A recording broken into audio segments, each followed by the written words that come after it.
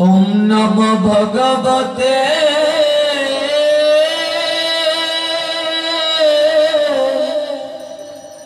वासुदेवाय। ओम नमो भगवते वासुदेवाय।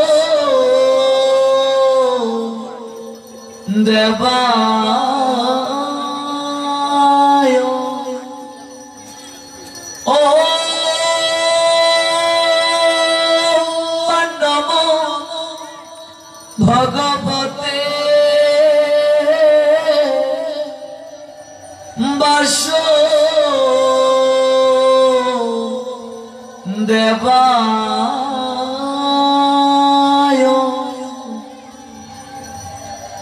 संसार दर्पणल लीलालुकत्रणाय कारुण्य घन घन प्राप्त सकल्यान गुणार्णवस्य वन्दे गुरुश्री चरणरोबिन्दम्।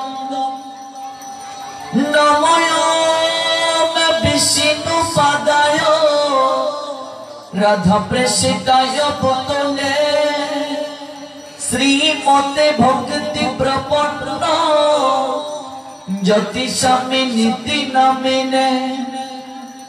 नमो आचार्य जपादाय गण्यभूषण मुकुटमने गुरु करुणा मूर्तये क्षमादुरी शिरोमणे। नमोऽयं श्रीमते भक्ति कुसुम श्रवणाय वै विष्णुपादाय देवाय कृपापेदये नमो नमः। श्री गौर करुणामूर्ति कृपा पूर्ण कलवार श्री भक्ति कुसुमं वन्दे राधा कुंज निवासिनम्। नमोऽयं विष्णुपदाय कृष्ण प्रेषिताय भूतले श्रीमते भक्ति सिद्धान्त सरस्वती नामिने। वृंदावै तुलसीदासै प्रिया वै केशवस्य कृष्ण भक्ति प्रदे देवी सत्यवत्यै नमो नमः। आनंद लीलामय विग्रहाय हेमावती वत्सवि सुंदराय तस्मै महाप्रेम रस प्रदाय चैतन्य चंद्राय नमो नमस्ते। कृष्णाय वासुदेवाय अरहे परमात्मने प्रणत क्लेशनाशाय श्री गोविंदाय नमो नमः। तप्त कंचन गौरांगी राधे वृंदावनेश्वरी वृषभानुसुते देवी तं नमामि हरिप्रिये।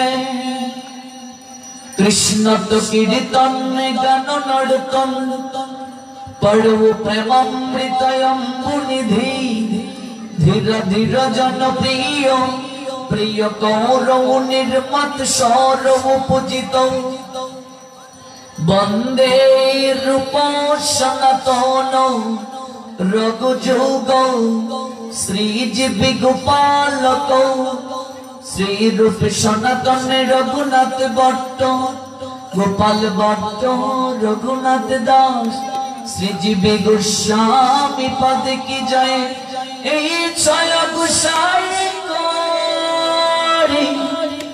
चरण बंद जहाँ होते विघ्न नाश अभिषिक्त पुरो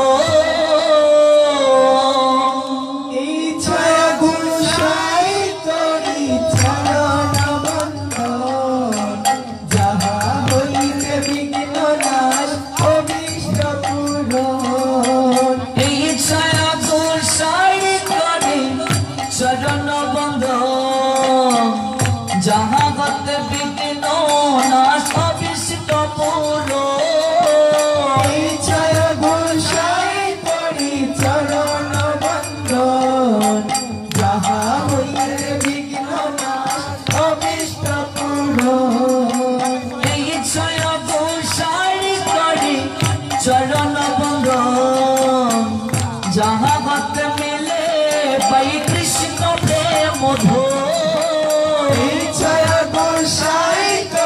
चरण बंदन जहाँ हইতে मिले भाई कृष्ण प्रेम धो जय गोसाई जानो मुई प्राण दास दशवन पद नेनु मोरे पंचग्राम जय गोसाई जानो मुई तार दास दशवन पद नेनु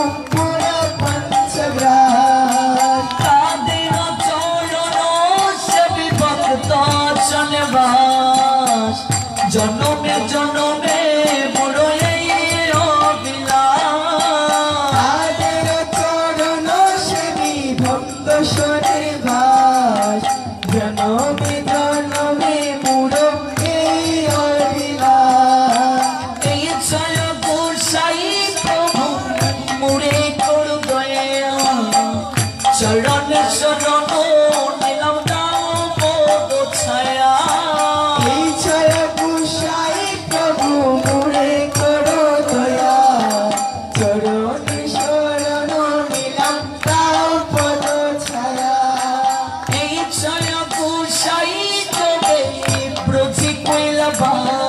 राधा कृष्ण नित्य लीला करिला प्रकाश जय गोसाई जाबे ब्रजे कैलाश राधा कृष्ण नित्य लीला करिला प्रकाश के बाजनी तो वृंदावनेर जुगल भजन के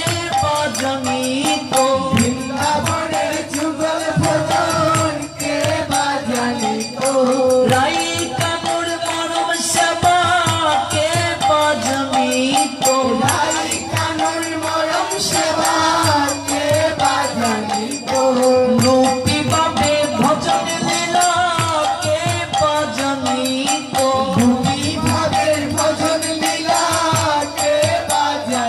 अमर छय गोसाई ना जानाले के बाजनी तो के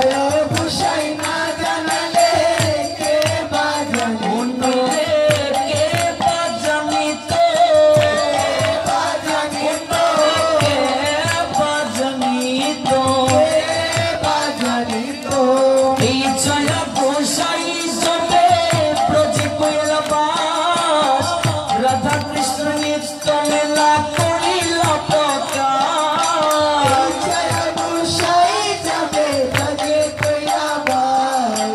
राधा कृष्ण नित्य लीला करिला प्रकाश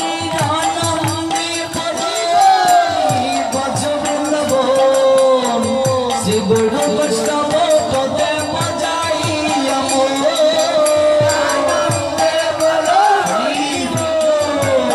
श्री गुरु वैष्णव पदे मजाइया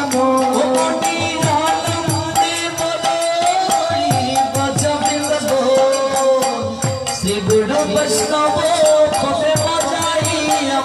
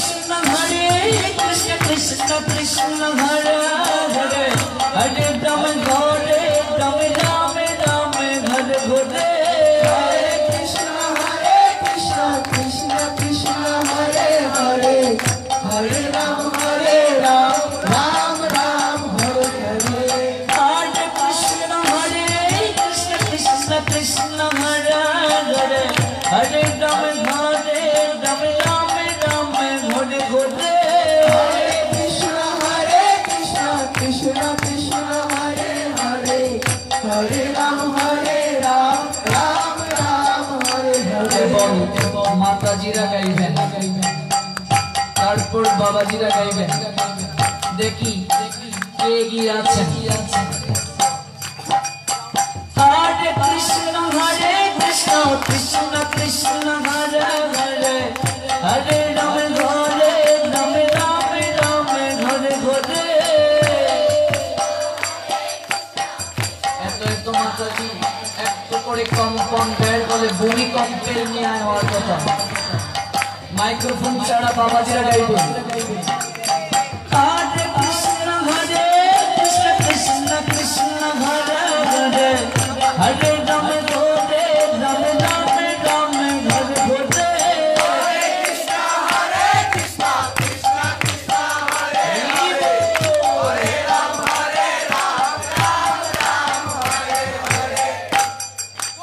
আপনারাই বলেন, আরেকবার সুযোগ দেয়া হলো।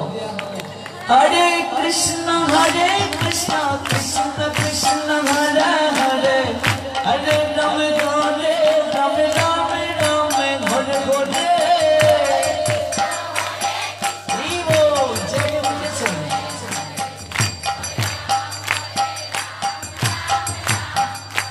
এই পৃথিবীতে যত কাজ কল্যাণকর, যত কাজ সম্পাদিত হয়েছে,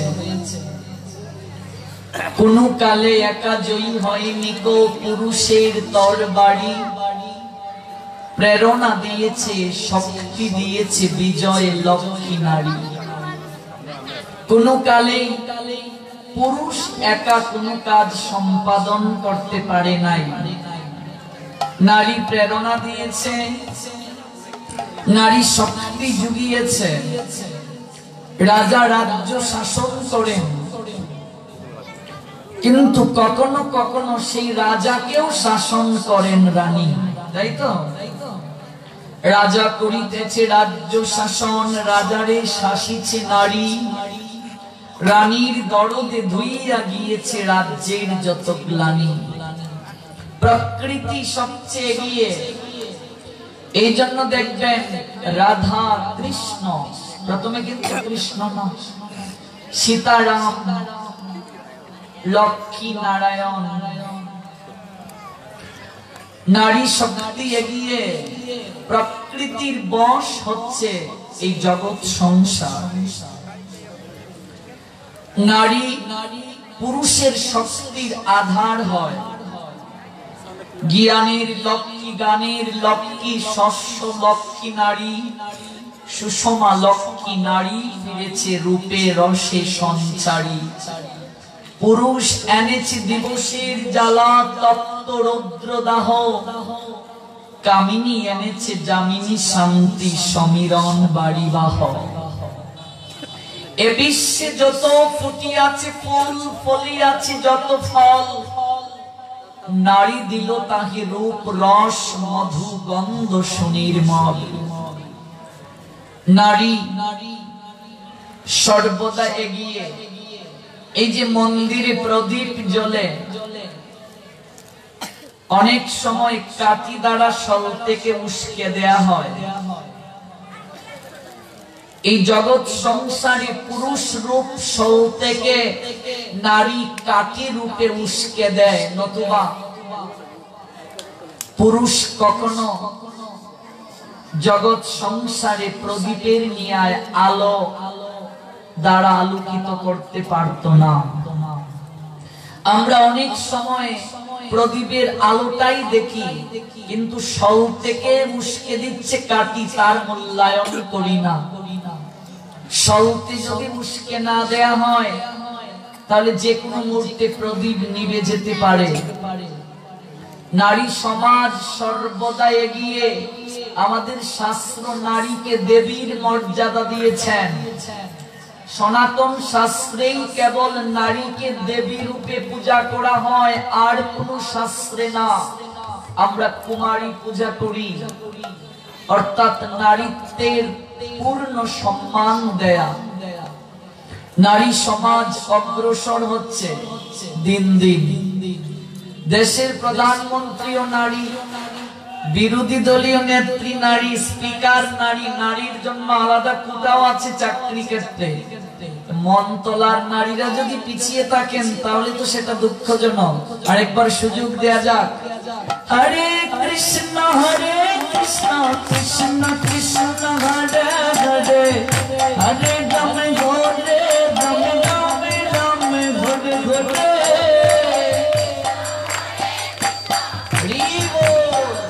পিছনে যারা আছেন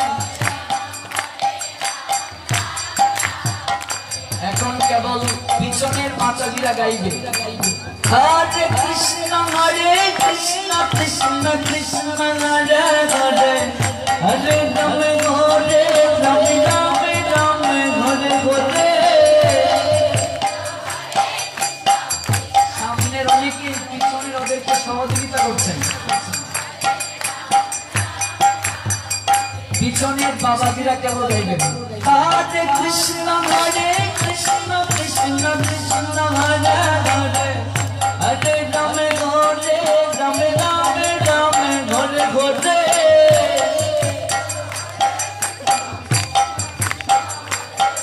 এদিকে আওয়াজ আসছে না।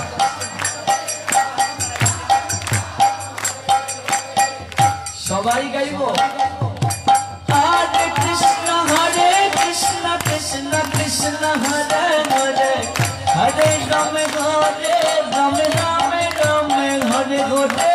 হরে কৃষ্ণ কৃষ্ণ কৃষ্ণ হরে হরে, হরে রাম রাম রাম হরে হরে। হরে কৃষ্ণ কৃষ্ণ কৃষ্ণ হরে হরে, হরে রাম রাম রাম হরে হরে। হরে কৃষ্ণ কৃষ্ণ কৃষ্ণ হরে হরে, হরে রাম রাম রাম হরে হরে।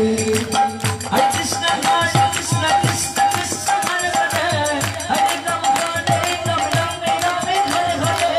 हरे कृष्ण कृष्ण कृष्ण हरे हरे, हरे Ram Ram Ram Hare Hare. Hare Krishna Krishna Krishna Hare Hare, Hare Ram Ram Ram Hare Hare। हरे कृष्ण कृष्ण कृष्ण हरे हरे, हरे Ram Ram Ram Hare Hare. Hare Krishna Krishna Krishna Hare Hare, Hare Ram Ram Hare Hare। हरे कृष्ण कृष्ण कृष्ण हरे हरे, हरे Ram Ram Ram Hare Hare. Hare Krishna Krishna Krishna Hare Hare, Hare Ram Ram Hare Hare। हरे कृष्ण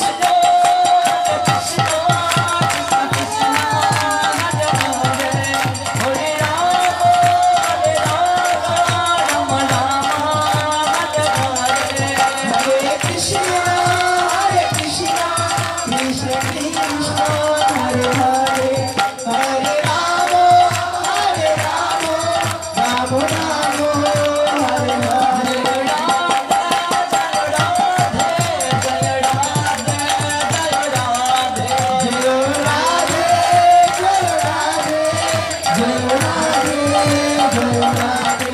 हरे।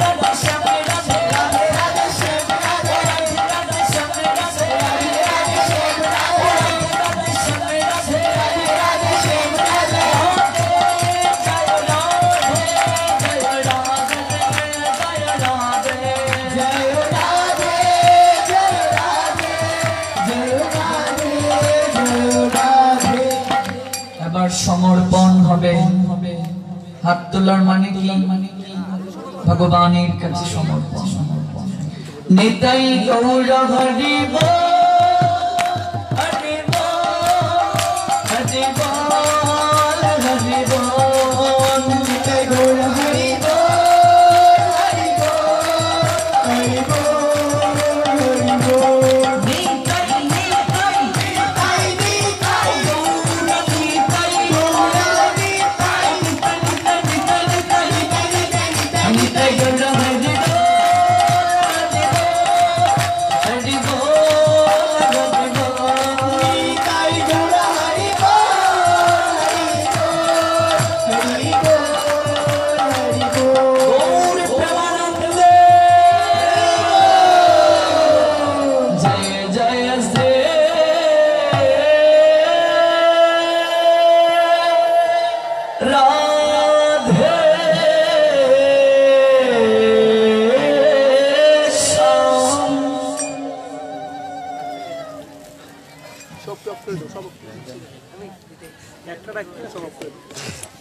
चार दिन व्यापी कृष्ण कथामृते अवगाहित हওয়ার আজকের এই দ্বিতীয় রজনীতে আমরা সবাই উপনীত হয়েছি হবিগঞ্জ জেলার মাধবপুর উপজেলা স্থিত মনতলা সংলগ্ন শ্রী শ্রী রাধা কৃষ্ণ মন্দির প্রাঙ্গণে 24 প্রহর ব্যাপী শ্রী শ্রী তারক ব্রহ্ম হরিনাম যজ্ঞানুষ্ঠানের অধিবাসীর প্রারম্ভিকায় 62তম এই যজ্ঞানুষ্ঠানে অপ্রাকৃত কথামৃতে স্নাত হওয়ার আকিঞ্চনে আজকের এই দ্বিতীয় রজনীতে যারা দূর দূরান্ত থেকে এই অপ্রাকৃত কথা শ্রবণ করার মনোরথে উপবেশিত হয়েছেন আপনাদের প্রত্যেকের রাতুল রাঙ্গচরণে আমি অবাজন বৈষ্ণব জ্ঞানে দণ্ডবোধ প্রণাম নিবেদন করছি। আজকের নির্ধারিত বিষয় শ্রীমদ্ ভাগবত। আমরা গতকাল গীতাকে স্পর্শ করে গৌরনাথ ঠাকুর শ্রীমদ্ অদ্বৈত আচার্যের চরিত কথা শ্রবণ করেছিলাম। আমাদের আজকের নির্ধারিত বিষয় শ্রীমদ্ ভাগবত থেকে কথা আস্বাদন। শ্রীমদ্ ভগবত গীতাতে শ্লোক সংখ্যা 700টি, যেখানে গীতার শেষ ভাগবত সেখান থেকেই শুরু। শ্রীমদ্ ভগবত গীতায় 3টা কাণ্ড রয়েছে, কর্মকাণ্ড, ভক্তিকাণ্ড, জ্ঞান কাণ্ড। 18টা অধ্যায়, সে 18টা অধ্যায়ে মোট শ্লোক সংখ্যা 700। অর্থাৎ প্রথম অধ্যায় অর্জুন বিষাদ যুগ, সেই অধ্যায়ে মোট শ্লোক সংখ্যা 46টি।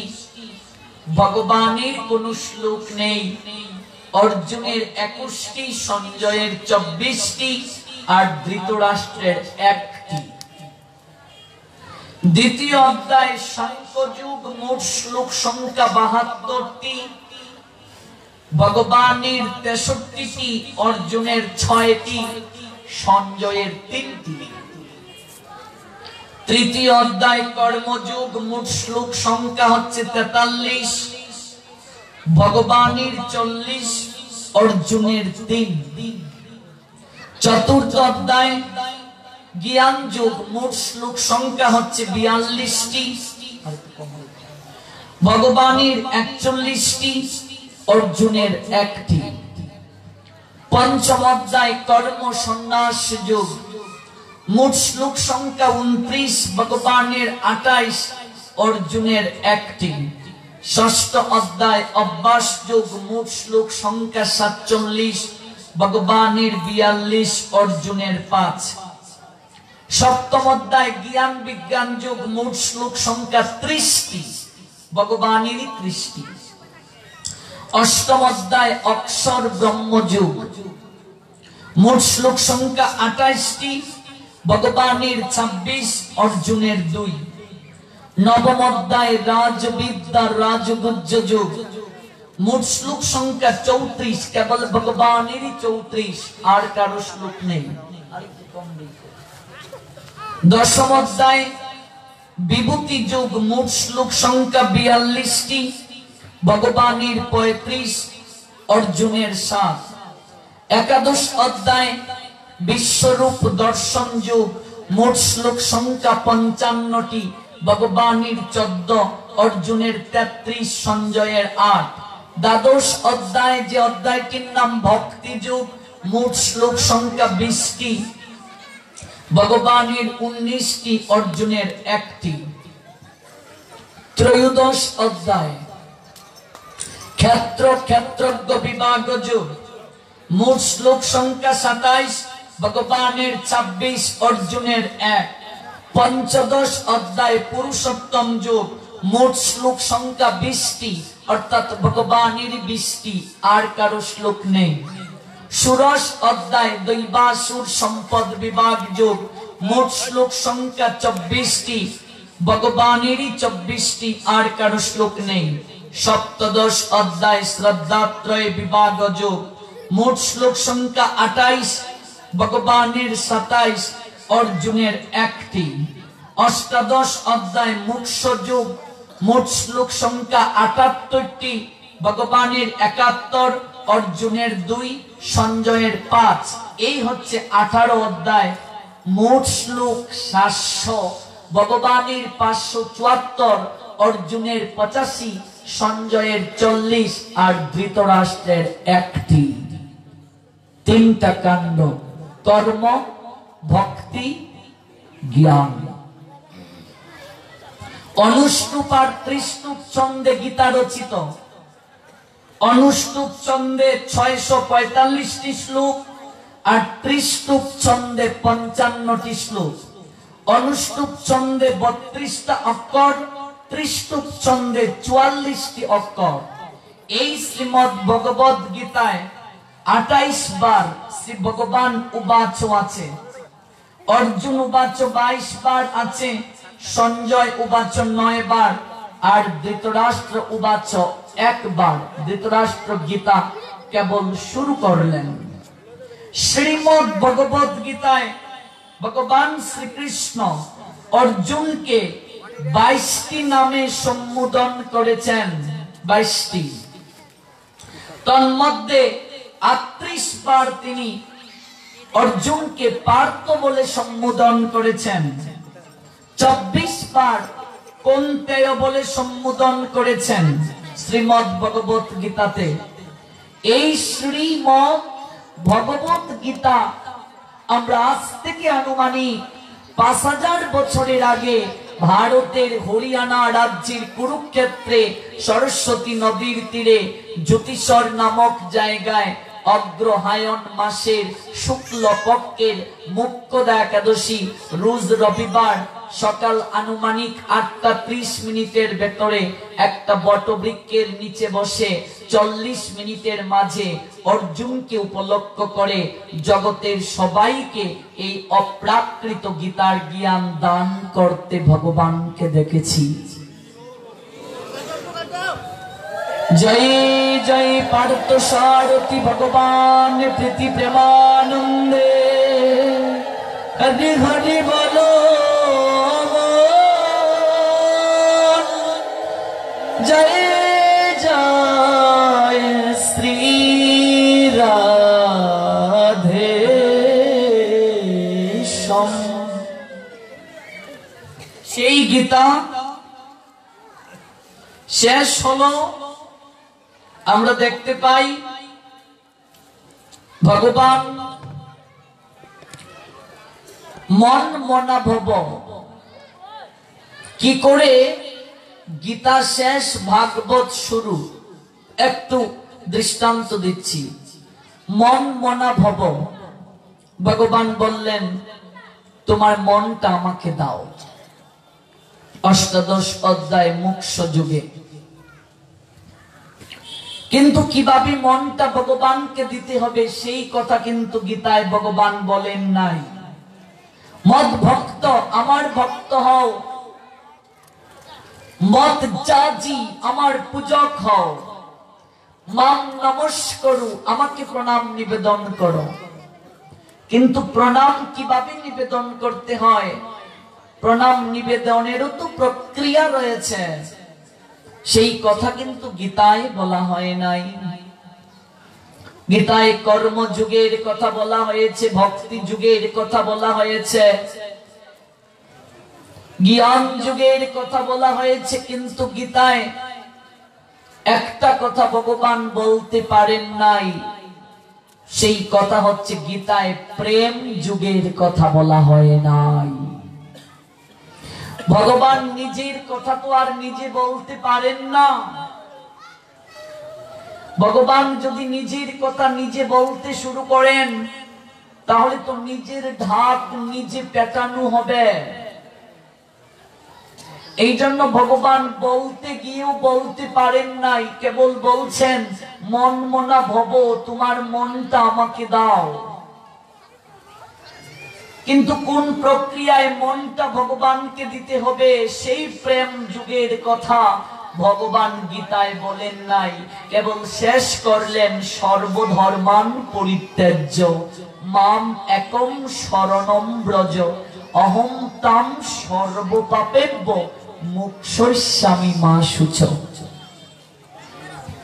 কিভাবে মনটা ভগবানকে দিতে হবে, কিভাবে তার ভক্ত হতে হবে, এই কথাগুলো গীতায় নেই। এই জন্য গীতা যেখানে শেষ, ভাগবত সেখান থেকে শুরু। গীতা অধ্যয়ন করে কৃষ্ণই যে পরমেশ্বর ভগবান, এই তত্ত্বটা হৃদয়ে মাঝে আগে জাগ্রত করতে হবে।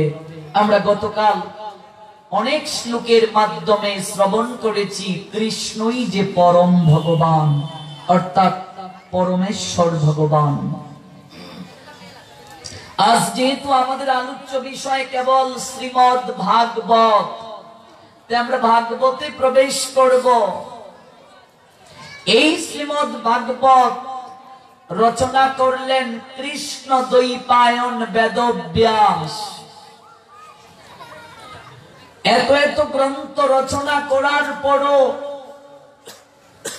এই ভাগবতটাকে কেন রচনা করতে হয়েছিল? আমরা দেখতে পাই আমাদের সনাতন শাস্ত্রের 1/3 গ্রন্থ যার মাধ্যমে আমরা পেয়েছি, যার প্রসাদে আমরা পেয়েছি, তিনি হচ্ছেন কৃষ্ণ দ্বৈপায়ন বেদব্যাস।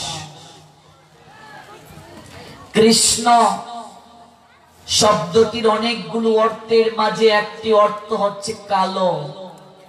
দ্বৈপায়ন দীপ যুগ অয়ন, অয়ন মানে আশা।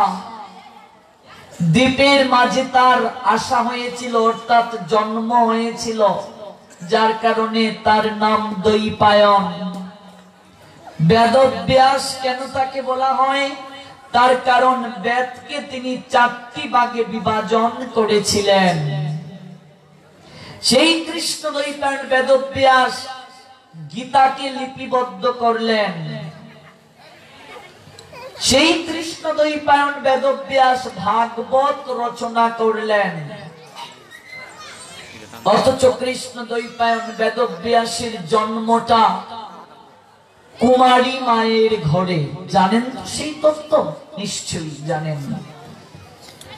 কুমারী অবস্থায় যদি কারো ঘরে বাচ্চা হয় মা, সমাজ তাকে অনাকাঙ্ক্ষিত সন্তান বলে। তাহলে কুমারী, তার ঘরে কৃষ্ণ দ্বৈপায়ন বেদব্যাসের জন্ম হলো। সমাজের বুকে তিনি নিন্দিত না হয়ে পূজিত কেন হলেন? জগৎ গুরু রূপে কেন তিনি পূজ্য হলেন? তার একটু কারণ না জানলে আপনি ভাগবত বুঝবেন না। তার একটু কারণ না জানলে আপনি সনাতন শাস্ত্র বুঝবেন না। মহাভারতে 2টা চরিত্রকে আপনি দেখবেন, একটা চরিত্র কর্ণ আর একটা চরিত্র কৃষ্ণ দ্বৈপায়ন বেদব্যাস। দুজনেই কুমারী মায়ের ঘরে জন্ম নিয়েছিলেন। তাহলে কর্ণ কুমারী মায়ের ঘরে জন্ম নিয়েও সারাটা জীবন নিন্দিত হলেন, ধিক্কার পেলেন। এমনকি সমস্ত স্ত্রী হারিয়ে অবহেলা, যাতনা, লাঞ্ছনা, বঞ্চনা নিয়ে মৃত্যু মুখে পতিত হলেন। আর ব্যাসদেব কুমারী মায়ের ঘরেই জন্ম নিয়ে জগতের বুকে জগৎ গুরু হলেন। প্রশ্ন আসতে পারে না? কর্ণের ক্ষেত্রে এত অবহেলা আর ব্যাসদেবের ক্ষেত্রে জগতের শ্রেষ্ঠত্বের আসন, তার পশ্চাতে কারণ কি? তার কারণ মায়ের কারণে। ভালো করে বুঝো, কথা বলা যাবে না। গতকাল বলেছিলাম কথাটা, এই জগতের বুকে সন্তান আনয়নের ক্ষেত্রে, সন্তানের চারিত্রিক ঘটনে, সুসন্তান লাভের ক্ষেত্রে বাবার অবদান কেবল মাত্র 25 আর মায়ের অবদান 75। এই জন্য বিবাহের ক্ষেত্রে সর্বপ্রথমে আমাদেরকে যে বিষয়টাকে দৃষ্টি দিতে হবে, মেয়ে সুন্দরী কি সুন্দরী না সেটা মুখ্যভাবে বিচার করে না, ভক্ত যারা বিচার করে সেই মেয়ে সুশীলা কিনা, সেই মেয়ে চারিত্রিক দিক থেকে ভালো কিনা, সেই মেয়ে ভগবত ভক্ত কিনা, সেই মেয়ে সদাচারী কিনা। নারীর অবদান 75%। শাস্ত্র নারীকে সন্তানের জীবনের ক্ষেত্রে অবদান দিয়েছেন 75, অর্থাৎ 75। মায়ের কারণে কর্ণ সারাটা জীবন নিন্দিত হলো, বঞ্চিত হলো, লাঞ্ছিত হলো, আর ব্যাসদেব জগতের বুকে পূজ্য হলেন, শ্রেষ্ঠত্বের আসন লাভ করলেন। কুন্তী ঋষি দুর্বাসার সেবা করেছিলেন। এই জগৎ সংসারে সবচেয়ে ক্রোধান্বিত কোন ঋষি যদি থেকে থাকেন, তিনি হলেন দুর্বাসা, যাকে সবাই ভয় পায়। আমরা গীতায় দেখতে পাই নরকের 3টা দরজা, কাম, ক্রোধ, লোভ। ক্রোধ হচ্ছে নরকের 2য় দরজা। আপনি রেগে গেলেন, বুঝতে হবে আপনি নরকের 2 নাম্বার দরজায় অবস্থান করছেন। এটা ভালো করে মনে রাখতে হবে। রেগে গেলেন, নরকের 2য় দরজায় আপনি দাঁড়িয়ে আছেন, যে কোনো মুহূর্তে আপনি প্রবেশ করতে পারেন।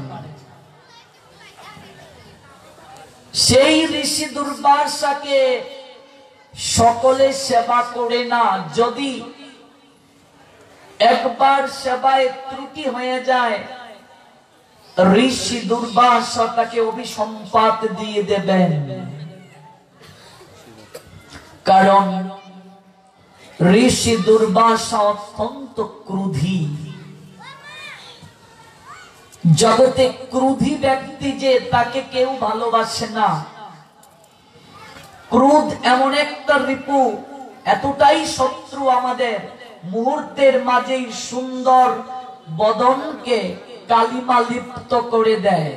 ক্রোধান্বিত ব্যক্তির মুখমণ্ডলের দিকে তাকালে অনুভব হয় জগতের যত ক্লেশ, কালিমা, গ্লানি তার মাঝে প্রস্ফুটিত হচ্ছে। মুহূর্তের মাঝেই সেই ব্যক্তির বিবেক পশুতে পরিণত হয়ে যায়, ক্রোধান্বিত ব্যক্তির বিবেক। এই জন্য ক্রোধকে নরকের 2য় দ্বার রূপে আখ্যায়িত করেছেন ভগবান কৃষ্ণ। সেই ক্রোধ কোত্থেকে আসে? কাম এসো ক্রোধ এসো, রজ গুণ সমুদ্ভব। কাম আর ক্রোধ, এই দুটি রজগুণ থেকে উৎপত্তি হয়। রজগুণ। পেঁয়াজ রসুন যারা প্রচুর পরিমাণে খায়, দেখবেন তাদের মেজাজ অনেকটা গরম থাকে। এগুলো রজ গুণ সম্পন্ন খাবার। ওদের রাগ প্রচুর। এটা আমার কথা নয়, শাস্ত্রের কথা। ঠিক বলছি বাবা? আচ্ছা, মাংসাশী প্রাণী যারা প্রচুর পরিমাণে খায় দেখবেন তাদের একটু ক্রোধ বেশি, ইন্দ্রিয়গুলো উত্তেজিত বেশি ওদের। এই জন্য গীতায় 3 প্রকার খাবারের তালিকা দিলেন: সাত্ত্বিক, রাজসিক, তামসিক। রজ এবং তমগুণ সম্পন্ন খাবার খেলে তোমার এই এই লক্ষণ তোমার শরীরের মাঝে প্রকাশিত হবে। যেমন শুটকি, বহুদিনের পোষা, মাছি বিড়বিড় করছে, ঠিক বলছি তো? এগুলো তমগুণ সম্পন্ন খাবার। এগুলো লিস্ট তো ভগবান দিয়ে দিয়েছেন গীতায়। পচা বাসি খাবার, বড়ইয়ের চাটনি ওই কবে বানিয়ে রেখেছিল, বিড়বিড় করছে।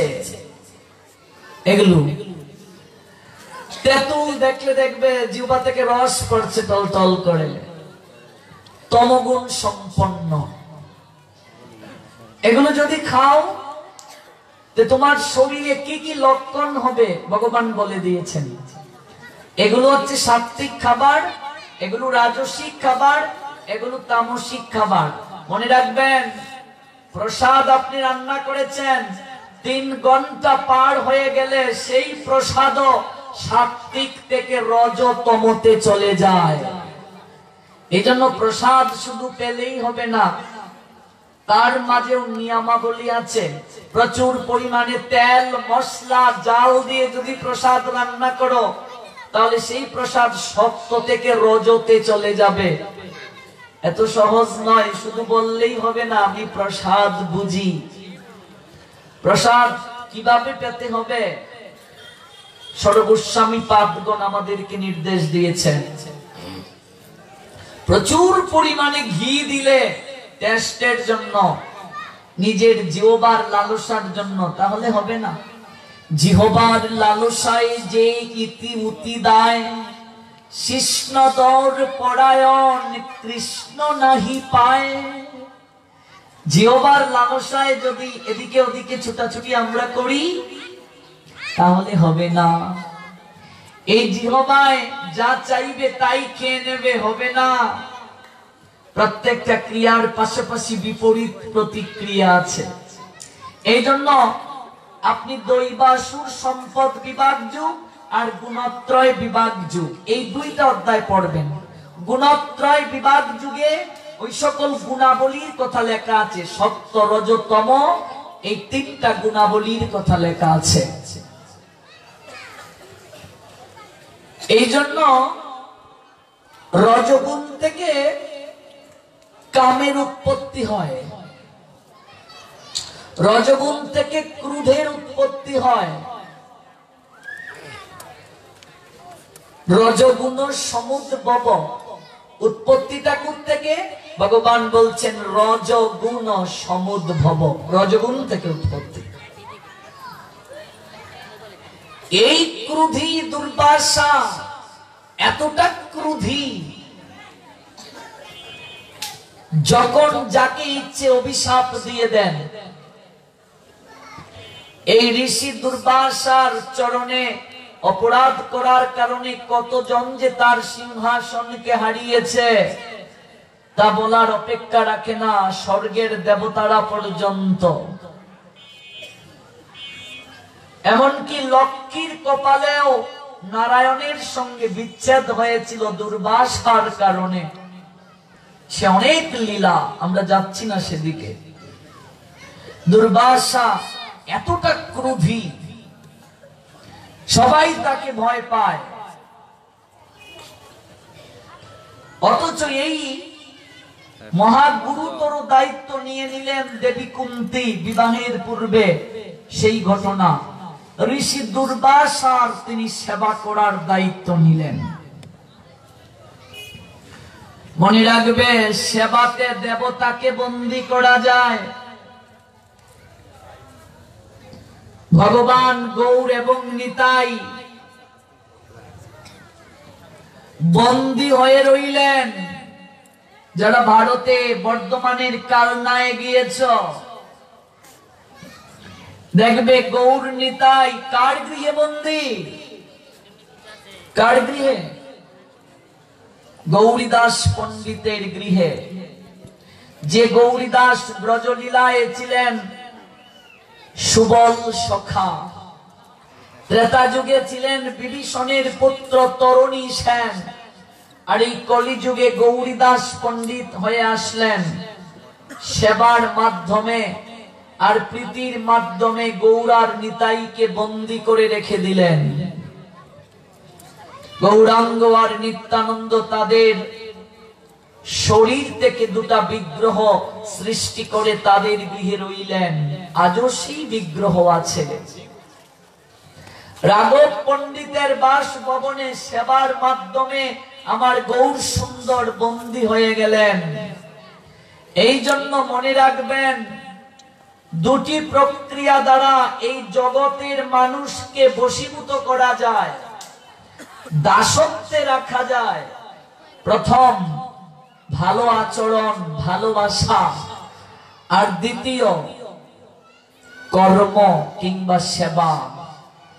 কাজ কিংবা সেবার মাধ্যমে সবাইকে সন্তুষ্ট করা যায়, আর ভালো আচরণ কিংবা ভালোবাসার দ্বারা সবাইকে সন্তুষ্ট করা যায়। এই দুটি প্রক্রিয়া যদি কেউ আয়ত্ত করতে পারে, এই জগতে তার কোনো আত্মীয় স্বজনের অভাব হবে না। হবে না? এই দুটা প্রক্রিয়ার একটাও যদি কেউ আয়ত্ত করতে পারে, তার জগতে আত্মীয় স্বজনের অভাব হবে না। যে ভালোবাসা প্রাণ খুলে দেয়, তার জীবনে ভালোবাসা প্রাপ্তির অভাব হয় না। সমস্যাটা কোন জায়গায় জানেন? আমরা সবাই ভালোবাসা পেতে চাই, দিতে চাই না। সবার মনেই আকাঙ্ক্ষার শেষ নেই, আরো পেতে চাই, আরো পেতে চাই, দিতে চাই না। না দিলে পাবো কি করে? এই জন্য গৌর সুন্দর মহাপ্রভু জগৎকে দেখিয়ে দিলেন, যাকে প্রেম পুরুষোত্তম বলা হয়। প্রাপ্তির ইচ্ছে না করে দিয়ে যাও, কেবল দিয়ে যাও, কেবল দিয়ে যাও, দেখবে অভাব হবে না, প্রাপ্তির অভাব হবে না। কিভাবে দিলেন দেখুন, জাত বিচার করলেন না।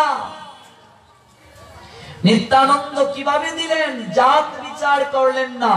যারে দেখে তারে বলে দন্তে তৃণধরি, আমারে কিনিয়া লহ ভজ গৌর হরি। কোন বিচার করলেন না। প্রেমের ভাণ্ড জগতে আনলেন, এনে সবাইকে দান করলেন, কোন বিচার করলেন না। এমন গৌরাঙ্গ বিনে নাহি আর হেন অবতার হবে কি হয়েছে, হেন প্রেম পরুচার। দুরমতি অতি পতিত পাষণ্ডী, প্রাণে না মারিল যারে।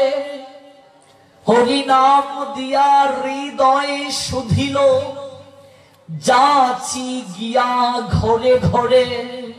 কোন জাতির বিচার করলেন না। হরি নাম দিয়া হৃদয়ে শুধিলেন, যাচি গিয়া ঘরে ঘরে। যেচে যেচে প্রেমদন বিলালেন। আপনি যাচিয়া প্রভু জীবের দ্বারে দ্বারে যায়। যেচে যেচে সেদে সেদে প্রেম দান করলেন। হলোটা কি? এই জগৎ সংসার প্রত্যেক জীবের হৃদয়ে গৌর সুন্দর আসন করে নিলেন। নিতাই সুন্দর আসন করে নিলেন। এই জন্য যত দিতে পারো প্রাণ খুলে দাও। ভালোবাসা দিলে কখনো প্রাপ্তির অভাব হয় না। আর কাজ করে যাও, অবশ্যই তুমি তার সুফল পাবে। কাজ করে গেলে ইতিহাস ধরে রাখে। অবশ্যই কর্মঠ যে, সে একদিন না একদিন সফল হবেই, সফলতা তার আসবেই। এতটা সেবা করলেন কুন্তী। দুর্বাসার মতো ক্রোধান্বিত ঋষি পর্যন্ত ক্রোধী যে সন্তুষ্ট হয়ে গেলেন। নিকটে বসিয়ে কুন্তীকে বলছেন, হে পুত্রী, কন্যা আমার, তোমার সেবাতে আমি সন্তুষ্ট হয়ে গেছি। বলো তুমি আমার কাছে কি চাও? তুমি আমার কাছে যা চাইবে আমি তোমায় তাই দেব।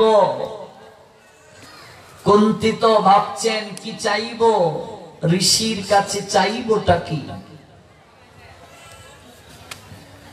কি চাইবো ঋষিবর?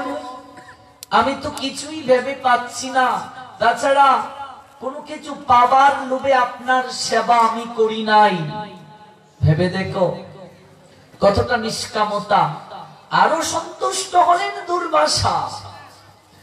ও হে পুত্রী, জগতে যে চায় না সে অধিক পায়, আর যে চায় সে তো ঠকে। আমরা ভগবানের কাছে গিয়ে এই চাই ওই চাই, তুমি আমাকে এই দাও ওই দাও, কিন্তু সুদামা তিনি জগৎ জীবকে দেখিয়ে দিলেন চাইলে ঠকতে হয়, আর না চাইলে সব পাওয়া যায়। আমরা শুনবো সুদামার চরিত কথা নিশ্চয়ই, যেহেতু প্রসঙ্গে এসেছে। সুদামা দেখিয়ে দিলেন ভগবানের কাছে চাইতে হয় না, চাইলে ঠকতে হয়। গেলেন স্ত্রীর কথায়, কিন্তু চাইতে পারলেন না। সে অপূর্ব লীলা আমরা শ্রবণ করব ধীরে ধীরে, যেহেতু দিন দিন সময় পেয়েছি। আমরা চাইলে ঠকতে হয়। যারা বুঝে না তারাই এই চায় ওই চায়। ভগবানের কাছে যে যা চায় ভগবান তাকে তা দিয়ে জনমের তরে তার কাছ থেকে চলে যান। কিন্তু ভগবান বলছেন যে কেবল মাত্র আমাকে চায়, আমাকে কেবল চায়, আমার চরণ যে প্রার্থনা করে, এই জগতে তার আর কোনো কিছুর অভাব হয় না। তার যা কিছু প্রয়োজন তা তো আমি দেই, আমি নিজেও তার হয়ে যাই। আর আমি যার হয়ে যাই, তার কি জগতের বুকে কোনো কিছুর অভাব থাকতে পারে? আমি যার হয়ে যাই, তার কি কোনো কিছুর অভাব থাকতে পারে? কখনো নয়। কুন্তী বলছেন, ওহে ঋষিবর, কোনো কিছু প্রাপ্তির জন্য তো আমি আপনাকে সেবা করিনি। দুর্বাসা বলছেন, পুত্রী, সাধু সেবা যদি কেউ করে তার জীবনে অবশ্যই কোনো না কোনো কিছু প্রাপ্তি হবেই হবে, অবশ্যই হবে।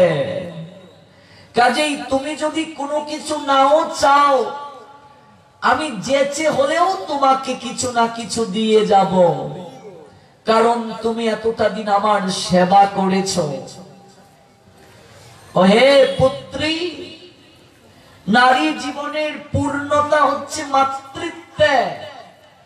একটা নারী যদি বিবাহের পর মা না হতে পারে, তার জীবন অপূর্ণ থেকে যায়। তাই আমি তোমাকে এমন একটা মন্ত্র দান করব, ওই মন্ত্রকে স্মরণ যখন তুমি করবে, হৃদয়ে মাঝে যে বাসনা নিয়ে যে দেবতাকে স্মরণ করবে, সেই দেবতার গুণ সম্পন্ন একটা পুত্র তোমার লাভ হবে। এমন একটা মন্ত্র আমি তোমাকে দান করব, সেই দেবতার গুণ সম্পন্ন তোমার একটা পুত্র সন্তান লাভ হবে। তবে পুত্রী, এই মন্ত্র কখনো তুমি অধৈর্য হয়ে পাঠ করিও না, চঞ্চল হয়ে পাঠ করিও না, তাহলে এই মন্ত্রে হিতে তোমার বিপরীত হবে। একাগ্র চিত্তে পাঠ করবে, শুদ্ধ চিত্তে পাঠ করবে। অধৈর্য হয়ে যদি তুমি পাঠ করো, তাহলে এই মন্ত্রে হিতে বিপরীত হবে। এমন কি হে পুত্রী, সারাটা জীবন তোমাকে সেই ভুলের মাসুল দিতে হতে পারে। এই মন্ত্রের যদি তুমি সদ্ব্যবহার না করতে পারো, সারাটা জীবন তোমার দুঃখে আচ্ছন্ন হয়ে যেতে পারে। সারাটা জীবন তোমাকে সেই ভুলের মাসুল দিতে হতে পারে। আমার পূর্ণ আশীর্বাদ রইল তোমার প্রতি। এবার আমি তোমাকে সেই মন্ত্রটা কর্ণমূলে দান করছি। দুর্বাসা কুন্তিকে সেই মন্ত্র প্রদান করলেন। মন্ত্রের রেজাল্ট কি? যে দেবতাকে স্মরণ করবেন সেই দেবতার গুণ সম্পন্ন তার একটা পুত্র সন্তান হবে। আবার সতর্ক করে গেলেন, অধৈর্য হয়ে যদি সেই মন্ত্র পাঠ করে তাহলে হিতে বিপরীত হবে। কুন্তী মন্ত্র পেয়ে ভাবছেন, এগুলো তো আমি কেবল গল্প শুনেছিলাম, মন্ত্রের অনেক গুণ আছে। ঋষি আমাকে যে মন্ত্র দিলেন, আমি যে দেবতাকে স্মরণ করব সঙ্গে সঙ্গে সেই দেবতা আমার নিকটে আবির্ভূত হতে বাধ্য থাকবেন, সেই গুণ সম্পন্ন আমি পুত্র সন্তান লাভ করব। কেমন জানি আমার দ্বিধা হচ্ছে, বিশ্বাস হচ্ছে না। দেবতারা স্বর্গে থাকেন, আমি সেই দেবতাকে স্মরণ করলে সঙ্গে সঙ্গে তিনি আমার কাছে আসবেন, বিষয়টা আমার কাছে তো অন্যরকম মনে হচ্ছে। একটু কি পরীক্ষা করে দেখব? আবার ভাবছেন, ঋষি তো বলে গেলেন অধৈর্য হয়ে যদি সেই মন্ত্র পাঠ করি হিতে বিপরীত হবে। ভাবছেন মনে মনে। ভাবতে ভাবতে এই দিন সন্ধ্যা হয়ে গেল, ঘুমিয়ে পড়লেন কুন্তী। পরদিন প্রাতে যখন সূর্যদেব উদিত হলেন, সেই সূর্য উদিত হওয়ার দৃশ্য তিনি অবলোকন করলেন। চমৎকার সুন্দর দৃশ্য। সারাটা দিন ভাবলেন মন্ত্রের শক্তি একটু পরীক্ষা যদি করতে পারতাম। রাজপ্রাসাদের ছাদের উপর দাঁড়িয়ে পড়ন্ত বিকেল বেলা সূর্য নারায়ণ যখন অস্ত যাবেন, সেই দিকে দাঁড়িয়ে আছেন দেবী কুন্তী। সূর্য নারায়ণের অপূর্ব লাবণ্য দর্শন করে তিনি আকর্ষিত হলেন। এক অন্য রকম হৃদয় মাঝে তার চেতনা জাগ্রত হয়ে গেল। এক কি জানি আকর্ষণ তাকে ব্যাকুল করে তুলল কুন্তীকে। মনে মনে ভাবলেন, আহারে, সমস্ত জগতে সূর্য নারায়ণ কৃপা করে আলো প্রদান করেন। আমরা জগতে এই যে মাইক্রোফোন দ্বারা কথা বলি, এটাও কিন্তু মূলত সূর্যের অবদান। এই যে লাইট জ্বলছে, এটাও মূলত সূর্যের অবদান। আপনি যে কপালে সিঁদুর পড়ছেন, এটাও সূর্যের অবদান। সিঁদুরের রং লাল কেন? শক্তির প্রতীক। সূর্য হচ্ছেন শক্তি। সমস্ত কিছুর উৎস হচ্ছে সূর্য। সূর্য নারায়ণের যদি কৃপা না হতো, আমরা খাদ্য শস্য উৎপাদন করতে পারতাম না। সমস্ত কিছুতে সূর্যের অবদান। সূর্য না হলে সন্তানের উৎপত্তিও হতো না। সন্তানের উৎপত্তির পিছনে সূর্যের অবদান সবচেয়ে বেশি। কারণ এই সূর্য নারায়ণের কৃপাতেই শস্য উৎপাদিত হয়, অর্থাৎ খাদ্যদ্রব্য উৎপাদিত হয়, আর তা গ্রহণ করার কারণেই বীর্য হয়। বীর্যের উৎস শক্তি, শক্তির উৎস সূর্য। সূর্য না হলে সন্তান উৎপাদিত হতো না, বংশ বিস্তার হতো না। সূর্য মানে শক্তি। এই জগতে শক্তি নিয়ন্ত্রণ করছে সবাইকে, এমনকি আমার তোমার ভিতরে যে আত্মা, এই আত্মাও মূলত সূর্য, শক্তি।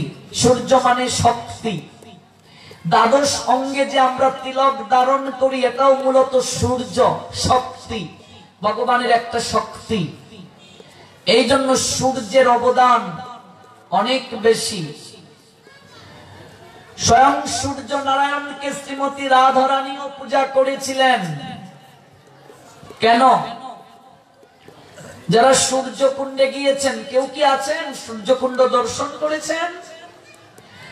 কেউ দর্শন করেননি। সূর্যকুণ্ডে যারা গিয়েছেন দেখবেন সেই সূর্যকুণ্ডে অনেক বৃহৎ বৃহৎ কচ্ছপ রয়েছে, এখনো আছে, এত বড় বড় কচ্ছপ। আমি ওই কচ্ছপ গুলোকে খাবার দিয়ে এসেছি। এক একটা কচ্ছপের অনেক বয়স, 100-200 এরকম বছর। সূর্যকুণ্ডটা অনেক দূরে রাধাকুণ্ড থেকে। তখনকার সময়ে তো এরকম যোগাযোগ ব্যবস্থা ছিল না। কোথায় বার্সানা, রাধারানীর আবির্ভাব স্থান, কোথায় সূর্যকুণ্ড, কোথায় রাধাকুণ্ড? রাধারানী ওই সূর্যকুণ্ডে গিয়ে সূর্য নারায়ণের আরাধনা করতেন।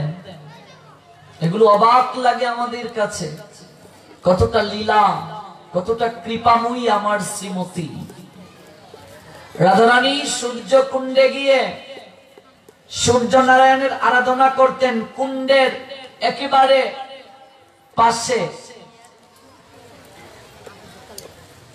একটা মন্দির আছে, গৌরীয় মঠ দ্বারা মন্দিরটা পরিচালিত হচ্ছে। একেবারে কুণ্ডের পাশে সূর্য নারায়ণের বিশাল মন্দির, সূর্যকুণ্ডের পাশে। শ্রীমতী রাধারানী সেই কুণ্ডে সূর্য নারায়ণের আরাধনা করতেন। কেন? তার কারণ হচ্ছে শ্রীমতী সূর্য নারায়ণকে ভোগ নৈবেদ্য দিয়ে প্রার্থনা করতেন, হে সূর্যদেব,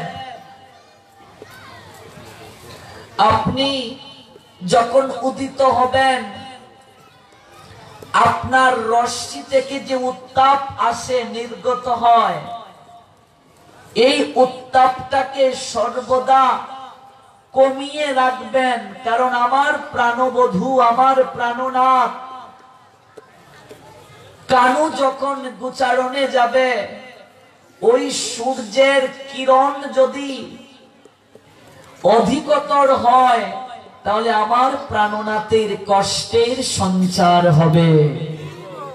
কতটা ভালোবাসতেন রাধারানী, ভাবা যায়? এই জন্য পূজা করতেন, আমার প্রাণনাথের যেন কষ্টের সঞ্চার না হয়। উনি যে গোচারণে যাবেন, আপনি উদিত হয়ে যদি অধিক পরিমাণে তাপ প্রদান করেন, তাহলে আমার প্রাণনাথের কষ্টের সঞ্চার হবে। তাই আমি আপনাকে প্রণাম নিবেদন করে অর্ঘ্য প্রদান করছি, নৈবেদ্য প্রদান করছি। হে সূর্য নারায়ণ, আপনি সন্তুষ্ট হয়ে সর্বদা কিরণকে ক্ষীণ রাখুন, যেন আমার প্রাণনাথের গাত্রে কোনো কষ্টের সঞ্চার না হয়। এতটা ভালোবাসতেন বলেই আমার গোবিন্দ রাধারানীকে তিলেক পরিমাণ সময় বলেন নাই। কতটা নিষ্কাম ভালোবাসা দেখো। এতটা দূর হেঁটে সখীদেরকে নিয়ে পূজা করতেন শ্রীমতী রাধারানী, সূর্যদেবের পূজা। কত ছল করে যেতেন। প্রত্যেক দিন তো যাওয়ার সুযোগ ছিল না। এক এক দিন এক একটা বাহানা করে, এক এক দিন এক একটা অজুহাত দিয়ে সূর্য নারায়ণের পূজা করতে যেতেন কুণ্ডেশ্বরী শ্রীমতী রাধারানী। এই সূর্য নারায়ণের সবচেয়ে অবদান। ভগবান সূর্যকে দায়িত্ব দিয়েছেন সেবা করার জন্য তার ভক্তদেরকে। দেখুন সূর্য নারায়ণের কৃপা কি, যারা ভগবত কার্য করেও না, সূর্য নারায়ণ কিন্তু পক্ষপাতিত্ব করেন না, তাদের কেউ তিনি আলো প্রদান করেন না। এমন আছে যারা ভগবানকে ডাকে না, ভগবানের চরণে শরণ নেয় না, সূর্য দেবতা তাদেরকে আলো দেন না? সবাইকে দিচ্ছেন। এমনকি আমরা দেখেছি বৃষ্টির দেবতা নাস্তিক যে ব্যক্তি, তার বাড়িতে বৃষ্টি হয় না, জল পড়ে না, এরকম আছে না? সবাইকে সেবা দিচ্ছেন। ভগবানের নিকটে সবাই সমান। এই সূর্য দেবতা যদি একদিন এসে আমাদেরকে বলে, এই যে লাইট ব্যবহার করছো প্রতি মাসে তো বিল দিতে হয়, আমি যে তোমাদেরকে জীবনভর আলো দিচ্ছি, আমার বিল পরিশোধ করো, কি বলবো আমরা? অথচ কজন আছি ঘুম থেকে উঠে সূর্যকে প্রণাম দেই? কজন আছি এখানে? অনেকেই দিয়েছেন, খুব ভালো। যারা দেন না, আগামীকাল থেকে ভুলটা করবেন না। ওম জবা কুসুম সনকাশং কাশ্যপেয়ং মহাদুতিং দান্তারিং সর্বপাপগ্নং প্রণতয়স্মি দিবাকরম। এ হচ্ছে সূর্য দেবতার প্রণাম। প্রত্যেক দিন প্রণাম দিতে হবে। সূর্য যেদিকে উদিত হয় সেই দিকে দাঁড়িয়ে প্রস্রাব করা যাবে না, তাহলে তোমার মাথা ব্যথা হবে। আর দাঁড়িয়ে তো প্রস্রাব করাই ঠিক নয়। আমি অধিকাংশ ছেলে পিলেদেরকে দেখি রাস্তায় দাঁড়িয়ে দাঁড়িয়ে প্রস্রাব করে। দাঁড়িয়ে প্রস্রাব করা ঠিক নয়। পিতৃপুরুষের মুখে সেই প্রস্রাব পতিত হয়। এটা আমার কথা নয়, হরিভক্তি বিলাস গ্রন্থের কথা। দাঁড়িয়ে প্রস্রাব করলে মেডিকেল সায়েন্সও বলছে ভেরিয়াস ডিজিজ ক্রিয়েট পেনিস। দাঁড়িয়ে প্রস্রাব করা যাবে না। তারপর হচ্ছে প্রস্রাব করে অবশ্যই জল নিতে হবে। এটা খুবই অভাব আমাদের এই সনাতন হিন্দু সমাজে, বিশেষ করে আমাদের ছেলেপিলেরা, তাদের কথা তো আর বলে শেষ করাই যায় না। যাদের এই অভ্যাসটা নাই প্রস্রাব করে জল না নেয়ার, আজ থেকে রাধা গোবিন্দের কাছে বলে যাও যে প্রস্রাব করে জল নেবে। দেহের যদি শুদ্ধতা না থাকে, সুচিতা দুই প্রকার, একটা বাহ্যিক, একটা অন্তরের সুচিতা। এই দেহ যদি পবিত্র না থাকে তাহলে ভগবান কৃপা করবে কি করে? তুমি তো সর্বদাই অসুচি। হৃদয় মন্দিরে কানু ঘুমাইল, এই জন্যই তো কানু ঘুমাই আছে হৃদয় মাঝে। প্রস্রাব করে মাস্ট বি জল নিতে হবে। অভ্যাস করো সেটা। ছোট্ট বাচ্চাদেরকে অভ্যাস করাতে হবে। এই ক্ষেত্রে ধার্মিক মুসলমানেরা এগিয়ে। দাঁড়িয়ে প্রস্রাব করে না ওরা, ওরা প্রস্রাব করে জল নেয়। সদাচারটা শিখতে হবে পরিবার থেকে, এটা খুব ইম্পর্টেন্ট। প্রস্রাব করে অবশ্যই জল নিতে হবে। তারপর হচ্ছে দাঁড়িয়ে প্রস্রাব করা যাবে না। সায়েন্সের দিক থেকেও সেটা নিষেধ। এটা অনেক পেনিসের ক্ষতি আছে, সমস্যা হতে পারে। তাছাড়া শাস্ত্রীয় দিক থেকেও সেটা নিষেধ করা হয়েছে। আমাদের শাস্ত্রে যতগুলো রুল দিয়েছে, মনে রাখবেন, সমস্ত নিয়ম জগতের কল্যাণের জন্য, মানবের কল্যাণের জন্য। দাঁড়িয়ে প্রস্রাব করা নিষেধ। আরেকটা কথা সর্বদা মনে রাখবেন, জলের মাঝে কখনো প্রস্রাব করবেন না। এবার কোন জায়গায় যাচ্ছেন লঞ্চ দিয়ে, সেটা আলাদা বিষয়, এখন বিপদে পড়ে গেছেন, কি করা যাবে। কিন্তু কখনো পরিস্থিতি যদি অনুকূলে থাকে জলের মাঝে প্রস্রাব করবেন না এবং নগ্ন হয়ে স্নান করবেন না। মনে রাখবেন কথাগুলো। এখন তো বাথরুম বাথটব আছে, বাবা, নগ্ন হয়ে তো স্নান করাই লাগে। এজন্যই তো বাথটব, সুইমিং পুল।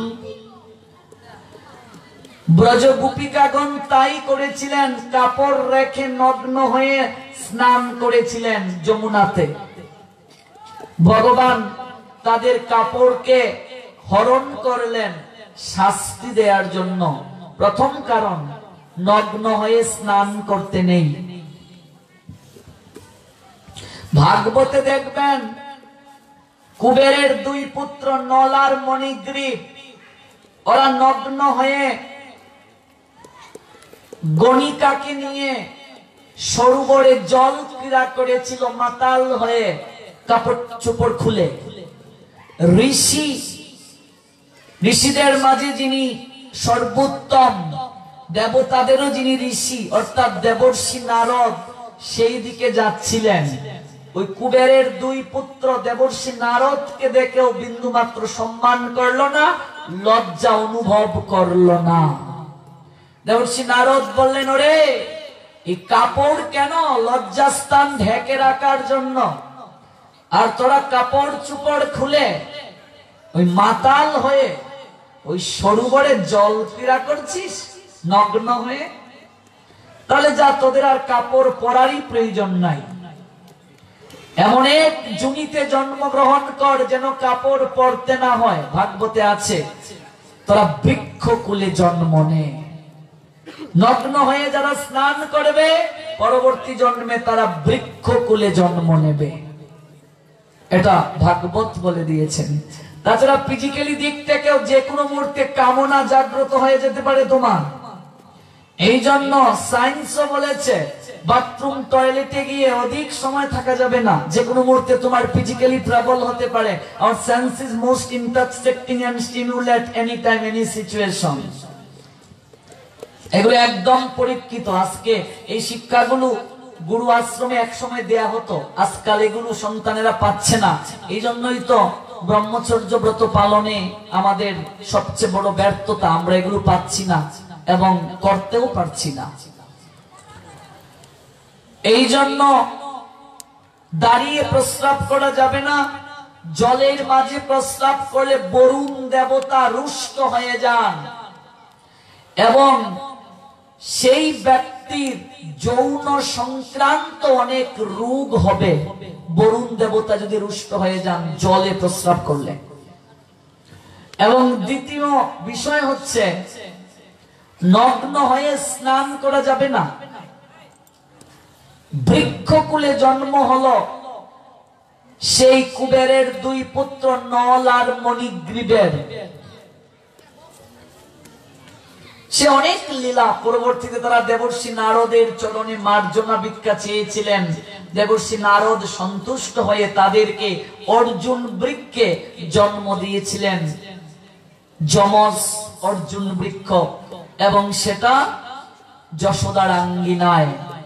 আর কৃপা করলেন স্বয়ং ভগবান গোপাল যেদিন মা যশোদার হাতে বন্ধন স্বীকার করবেন সেই দিন ভগবান গোপালের চরণ ধুলি পেয়ে তোমরা মুক্তি লাভ করবে। কৃপা করলেন। এটা নিশ্চয়ই আপনারা পড়েছেন, যমলার্জুন উদ্ধার লীলা ভাগবতে আছে। এগুলো পালন করতে হবে আমাদেরকে, অবশ্যই পালন করা আমাদের প্রয়োজন। সূর্য নারায়ণ রুষ্ট হন, সূর্য যেদিকে উদিত হবে সেই পূর্ব দিকে দাঁড়িয়ে প্রস্রাব করলে। সূর্য নারায়ণকে প্রতিদিন প্রণাম দিতে হবে, তাহলে তোমার মাথা ব্যথা হবে না। সূর্য নারায়ণ যদি সন্তুষ্ট থাকেন, সেই সূর্যদেবের অস্তাচল লীলা কুন্তী দাঁড়িয়ে দাঁড়িয়ে অবলোকন করছেন। এতটা আকর্ষিত হয়ে গেলেন তিনি সূর্যের প্রতি এবং সূর্যের সৌন্দর্যের প্রতি। কি করবেন তিনি? মনে মনে সূর্য নারায়ণকে প্রণাম নিবেদন করলেন আর ভাবলেন, আমি এতটা আকর্ষিত হয়ে গেলাম সূর্যের প্রতি কেন? রাত্রিবেলা ঘুমিয়ে কুন্তী কোনো উত্তর খুঁজে পাচ্ছেন না। এগুলো বিবাহের আগের সমস্ত লীলা। কুন্তী, তার একটা নাম হচ্ছে পৃথা। কেন তার নাম পৃথা? সে অনেক তত্ত্ব। কুন্তীর জন্ম বৃত্তান্ত বললে কয়েক ঘন্টা সময় লাগবে। আর মনে রাখবে, কুন্তী জন্মের পরই তার বাবা তাকে পালক দিয়ে দিয়েছিলেন। জানেন কি সেই লীলা?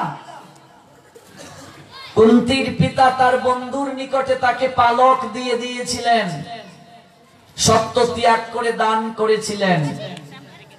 এই জন্য প্রত্যেকটা চরিত্র বিস্তারিত না জানলে আমরা বুঝবো না। গীতা বুঝতে গেলে, ভাগবত বুঝতে গেলে একটু মহাভারতের সঙ্গে সম্পর্ক থাকতে হবে। মহাভারতের সঙ্গে সম্পর্ক না থাকলে আপনি পূর্ণভাবে গীতা ভাগবত বুঝতে পারবেন না। একটু সম্পর্ক থাকতে হবে মহাভারতের সঙ্গে। তো আমরা সেই লীলায় যাচ্ছি না, কুন্তির জন্ম বৃত্তান্তের লীলায়। রাত্রিবেলা শুয়ে শুয়ে কুন্তি ভাবছেন সূর্য নারায়ণের অপূর্ব অনিন্দময়তা, সুকান্তময়তা। বারবার তার হৃদয়ে মাঝে সূর্যদেবের কথা স্মরণ হচ্ছে। তাই পরদিন খুব ভোরবেলা তিনি ঘুম থেকে উঠলেন। পূর্ব আকাশে উষা উদিত হলো, অর্থাৎ সূর্য উদিত হওয়ার পূর্বে যে লালচে আবরণ, এটাকে উষা বলে। উষা একজন দেবী আমাদের শাস্ত্রে। সে উষা দেবীর লীলা, সে অনেক লীলা। যাই হোক, আমরা যাচ্ছি না সেদিকে, মূল পয়েন্টেই যাই। উষার পরে সূর্যদেব যখন আবির্ভূত হলেন, মনে মনে কুন্তি সূর্যদেবকে প্রণাম নিবেদন করে কোনো কিছু না ভেবেই আকর্ষিত হয়ে মন্ত্রটা মনে মনে উচ্চারণ করে ফেললেন সূর্য নারায়ণকে প্রণাম দিয়ে। তৎক্ষণাৎ সূর্য নারায়ণ কুন্তির সামনে এসে আবির্ভূত হয়ে গেলেন। জয় জয় সূর্য নারায়ণ প্রীতি প্রেমানন্দে, হরি হরি বলো, জয় জয় শ্রী রাধে। সূর্য নারায়ণ আবির্ভূত হলেন। এতটা রশ্মি নির্গত হলো, কুন্তি স্থির থাকতে পারলেন না।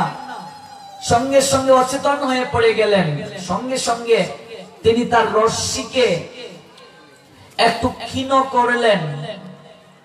দেবী উঠো। কুন্তি চোখ মেলে চাইলেন, এই কি আমি সত্যি দেখছি নাকি? এত লাবণ্যময় চেহারা। বলো দেবী, তুমি আমায় কেন স্মরণ করেছ?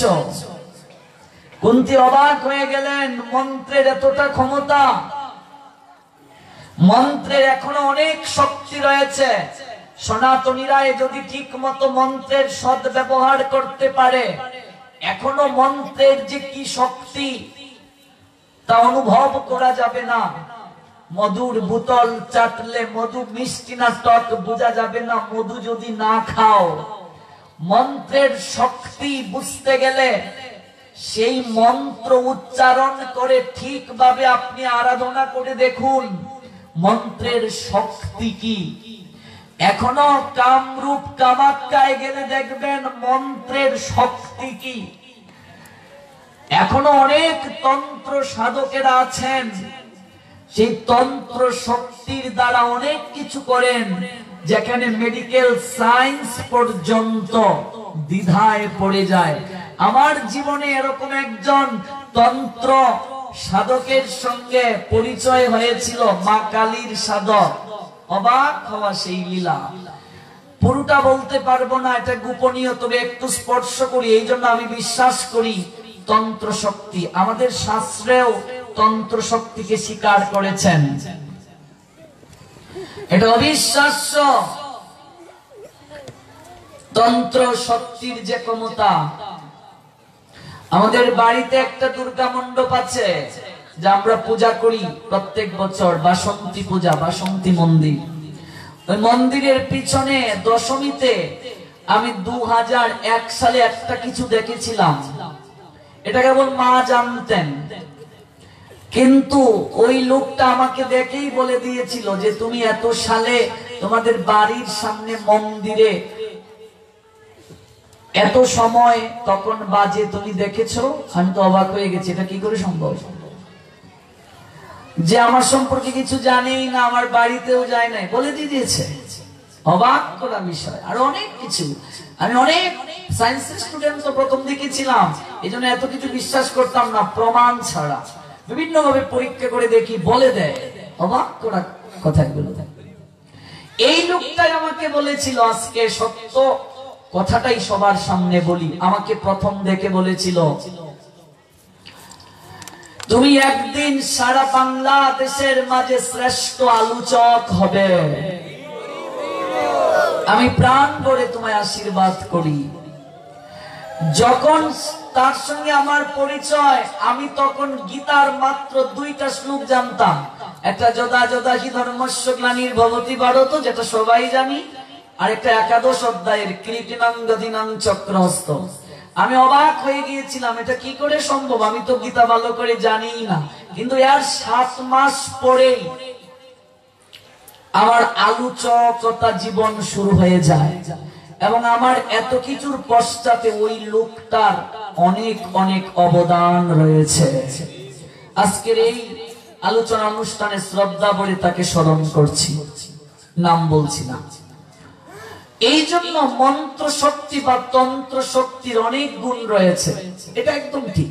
কারণ এইচএসসি পরীক্ষায় কে কি রেজাল্ট পাবে আমাকে একটা লিস্ট বলে দিয়েছিল, হয়ে গেছে, একদম মিলে গেছে। এগুলো অবাক তথ্য। এমনকি আমার অনার্স ফার্স্ট ইয়ারের পরীক্ষায় 14টা প্রশ্ন দিয়েছিল, 10টা এসেছিল। অবাক হয়ে যাবেন, এগুলো একদম সত্য। এগুলো তন্ত্র শক্তির অনেক গুণ রয়েছে, কিন্তু মনে রাখবেন এই তন্ত্র শক্তি ক্ষণস্থায়ী, এক সময় না এক সময় শেষ হয়ে যায়। বলেছিল তোমার কি লাগবে এগুলো, আমি বলছি না, কারণ আমি কৃষ্ণ ভক্তি চাই। কৃষ্ণ ভক্তি যদি কেউ লাভ করে, তাহলে জগতের বুকে তার আপনা থেকেই সব কিছু লাভ হয়ে যায়। এই জন্য তন্ত্র শক্তিটা ক্ষণস্থায়ী, কিন্তু এটা আমি একদম বিশ্বাস করি মনে প্রাণে, এবং শাস্ত্রও স্বীকার করেছে। তন্ত্র শক্তির কথা আমাদের শাস্ত্র স্বীকার করেছে। নতুবা চরক পূজাতে নিশ্চয়ই আপনারা দেখেছেন মন্ত্রের মাধ্যমে কেমন করে বড়িগুলোকে লাগানো হয়, এটা কিভাবে সম্ভব? রামদা এটার মাঝে সন্ন্যাসীরা উঠে নাচে, কই কাটে না তো, এটা কিন্তু চুকে ধুলা দেয়া হয় না। যদি মনে করি যে আমরা চুকে ধুলা দেয়া হচ্ছে, ভুল কথা। এখনো সনাতন শাস্ত্রে এমন অনেক তন্ত্র শক্তি আছে, এমন অনেক তান্ত্রিক রয়েছে। ওই তান্ত্রিকেরা অনেক কিছু করতে পারবে, আপনাকে মুহূর্তের মাঝে খারাপ করে ফেলতে পারবে, আপনাকে মুহূর্তের মাঝে ভালো করে ফেলতে পারে, ভালো করে ফেলতে পারে, খারাপ করে ফেলতে পারে, এবং তারা অনেক ভবিষ্যৎ কিছু বলে দিতে পারে, অনেক কিছু। এগুলো আমার প্রত্যক্ষ দেখা। এই জন্য আমি এগুলোকে অবশ্যই সমর্থন করি এবং শ্রদ্ধা করি। তবে মনে রাখতে হবে, এই তন্ত্র শক্তিটাকে পুঁজি করে কেউ যদি কারো খারাপ সাধিত করে, তাহলে নিশ্চয়ই একদিন না একদিন তার সমস্ত শক্তি ধীরে ধীরে হ্রাস পেয়ে যায়, তার অবশ্যই পরাজয় হবে। এই জন্য মনে রাখবেন, এই তন্ত্র বিদ্যার প্রতি দাবিত হয়ে লাভ নাই। ভগবান কৃষ্ণের চরণে যদি কেউ আকর্ষিত হতে পারে, ভগবান কৃষ্ণের কৃপায় আপনা থেকে সমস্ত কিছু লাভ হয়ে যায়। আমাদের জগৎগুরু প্রভুপাদ ভক্তি সিদ্ধান্ত সরস্বতী ঠাকুর, তার কাছে একজন তান্ত্রিক এসে বলেছিলেন, আপনি একটা ম্যাজিক দেখান তো। হাসছেন তিনি, বলছেন ম্যাজিক দেখাবো? বলছেন হ্যাঁ। বলছে আমি একটু ম্যাজিকটা পড়েই দেখাবো, আপনি দেখান। বলছে আমি জলের উপর দিয়ে হেঁটে যেতে পারি। একজন তান্ত্রিক বলছে জলের উপর দিয়ে হেঁটে যেতে পারি। 30 বছর সাধনা করতে সময় লেগেছে এই জলের উপর দিয়ে হেঁটে যাওয়া। আমাদের প্রভুপাদ তার হাতে 2 টাকা দিলেন, বললেন নিয়ে যান। স্ট্রেঞ্জ হলো, 2 টাকা। বলছে 30 বছরে আপনি 2 টাকার বিদ্যা অর্জন করলেন, আরে 2 টাকা দিয়ে তো আমি নৌকা দিয়েই পার হয়ে যেতে পারি। এর জন্য 30 বছর ব্যয় করতে হলো, আর পরবর্তী জন্মে আপনি কচুরি পানা হয়ে জন্ম নেবেন। কারণ গীতায় ভগবান বলছেন যে যে ভাব নিয়ে মৃত্যুবরণ করবে সেইভাবে তার জন্ম হবে। আপনি 30টা বছর 2 টাকার পিছনে কাটালেন সাধনা করে জলের উপর দিয়ে হেঁটে যাওয়ার জন্য। আরে জলের উপর দিয়ে হেঁটে যাওয়া, এটা দিয়ে কি হবে? এটা দিয়ে কি হবে জলের উপর দিয়ে হেঁটে যাওয়া? এই 30টা বছর যদি কৃষ্ণের চরণে আরাধনা করে সময় কাটাতেন, তাহলে আপনাকে আর কখনো জন্ম মৃত্যুর চক্র আকারে আসতে হতো না। এই জন্য গীতায় ভগবান বলছেন, দেবতার যারা পূজা করে দেবলোকে যাবে, কিন্তু ওই লোক থেকে তোমাকে ফিরে আসতে হবে। এই জন্য তন্ত্র বিদ্যা এগুলো ক্ষণস্থায়ী, এগুলো আজ আছে কাল নাই, এগুলো ভ্যালুলেস। প্রকৃত পক্ষে হচ্ছে কৃষ্ণ কৃপা লাভ করা, কৃষ্ণ চরণ লাভ করা। আর কেউ যদি মা কালীরও আরাধনা করে, এই জন্য মা কালীর নিকটে কৃষ্ণ ভক্তি চাইতে হবে। একেবারে গোপনীয় কথাটাই আজকে আপনাদেরকে বলে দিলাম। আমার এখনো মনে পড়ে, আমাকে অনেক মন্ত্র দিয়েছিল, ওম ক্লিং ক্লিং ক্লিং হুং হুং রিং রিং হুং হুং রিং রিং স্বাহা, অনেক মন্ত্রের শক্তি, কিন্তু আমি এগুলোতে ধাবিত হই নাই। অনেক শক্তি, এগুলো বশ করার মন্ত্র আছে, আপনার পিছনে শুধু পাগলের মতো দৌড়াবে। এই জন্য এগুলোর দিকে কেউ ধাবিত হবে না। আমাদের বয়সী অনেক ইয়াং ছেলেরা বাজার থেকে দেখবে এগুলো বই কিনে আনে। বই জানেন কি? কেউ তাকে ভালোবাসে না, মেয়ে পটানোর মন্ত্র। ঠিক বলছে, তুমিও আনছো? এরকম আছে কি নাই? আছে, হ্যাঁ। এরকম বাজার থেকে বই কিনে আনে, বশীকরণের মন্ত্র। পঞ্জিকায় দেখবেন এরকম অ্যাডভার্টাইজ দেওয়া থাকে, অমুক তান্ত্রিক, এই সময়ের ভিতরে তাকে কল দেবেন। বিবাহ বিচ্ছেদ, সন্তান না হলে, কেউ যদি কাউকে ভালোবাসে, সে যদি ভালো না বাসে, তাহলে বশীকরণ করা হবে। এগুলোর মাধ্যমে অনেক লোক ঠকছে, মনে রাখবেন, অনেক ঠকছে। এগুলো কর্মফল দ্বারা হয়। মানুষ কেবল প্রচেষ্টা করতে পারে, ভাগ্য কেউ কারো পরিবর্তন করতে পারে না। এটা মনে রাখবেন, এই কথাটা। কোন তন্ত্র সাধকও আপনার ভাগ্য পরিবর্তন করতে পারবে না, কেবল সে আপনাকে পথ দেখাতে পারে। এই জন্য ভগবান কৃষ্ণের চরণ ব্যতীত, ভক্তি প্রেম ব্যতীত আর কিছু চাওয়া ঠিক নয় আমাদের, তাহলে আমরা ঠকব।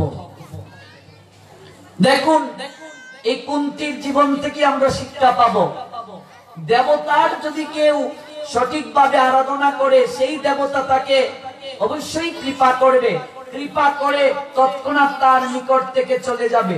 আজকে কুন্তির জীবনে কি বিড়ম্বনাটা হলো দেখুন। সূর্যদেব এসে তাকে দর্শন দিলেন, আমাকে স্মরণ করেছো?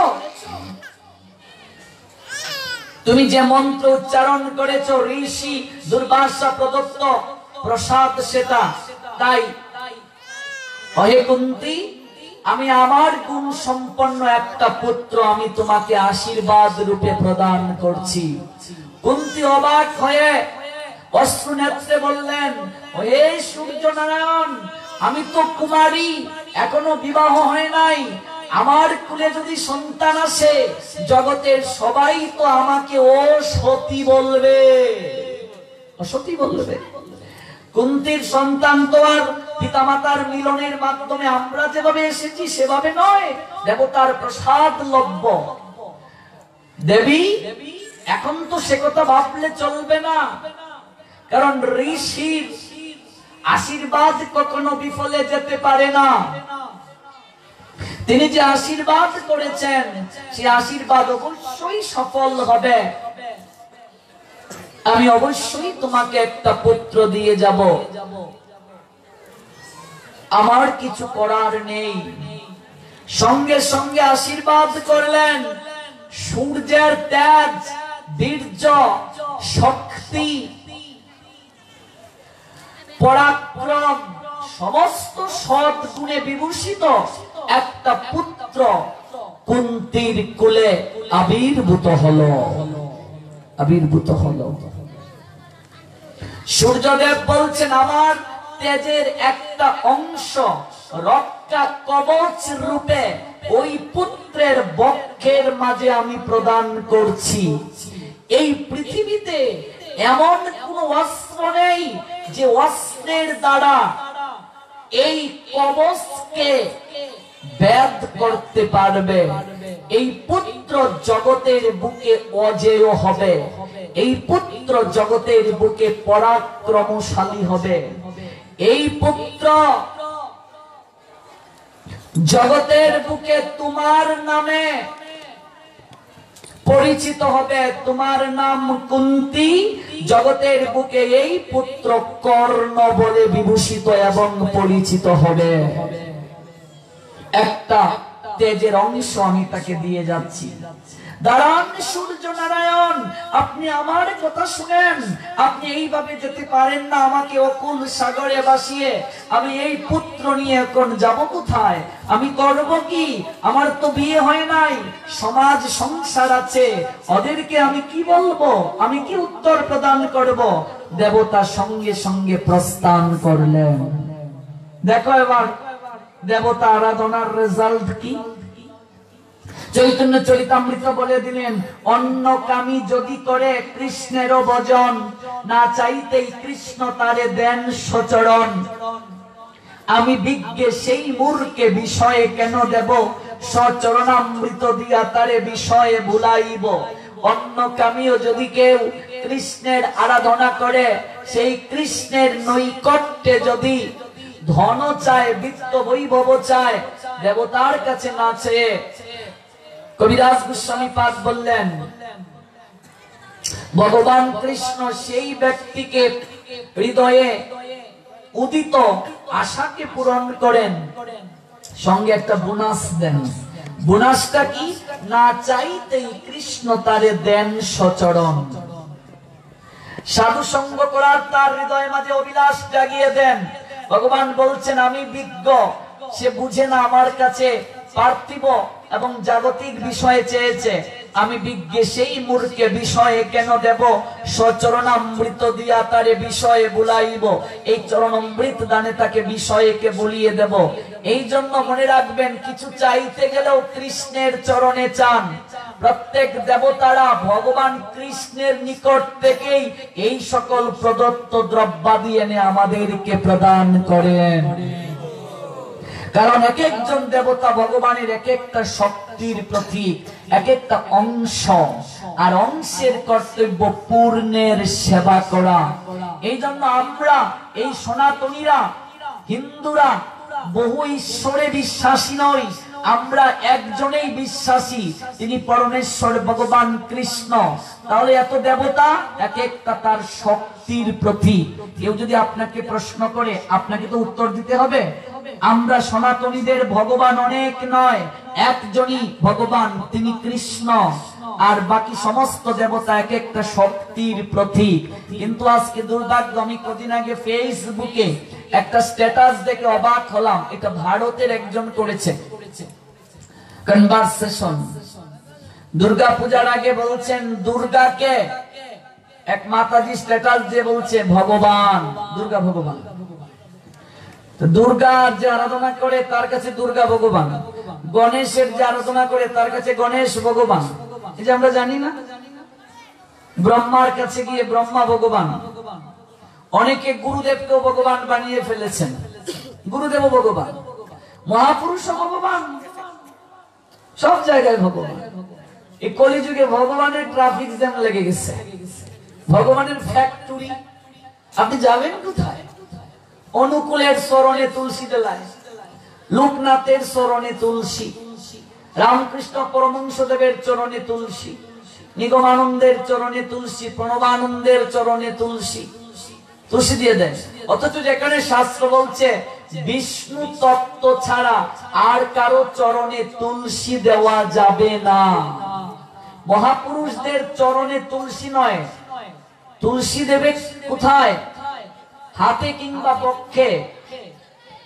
গুরুদেবের চরণে তুলসী নয়, অনুকূল তোমার গুরুদেব যদি হয় তাহলে হাতে দেবে, চরণে কেন? লোকনাথ একজন মহাপুরুষ, ত্রিকালদর্শী মুক্ত মহামানব, তার চরণে তুলসী দিয়ে দেয়। আপনি যাবেন কোথায়? বক্ষে তুলসী। মহাপুরুষ যারা, তারপর দেবতা যারা, তাদের বক্ষে কিংবা হাতে তুলসী হবে, চরণে নয়। এগুলো অভাব, শাস্ত্র না জানার কারণে হচ্ছে। বিষ্ণু তত্ত্ব ব্যতীত আর কারো চরণে তুলসী দেয়া যাবে না। কুন্তী সন্তানকে লাভ করে কুলে নিয়ে ক্রন্দন করছেন। প্রত্যেকটা মা যখন নারীত্ব থেকে মাতৃত্ব পায়, মুখের মাঝে হাসি ফুটে। আজকে কুন্তীর জীবন দুর্বিষহ হয়ে উঠল, তার চোখ বেয়ে জল গড়িয়ে গড়িয়ে পড়তে লাগলো। আমি এই সন্তান নিয়ে আমি রাজভবনে কি করে ফিরব?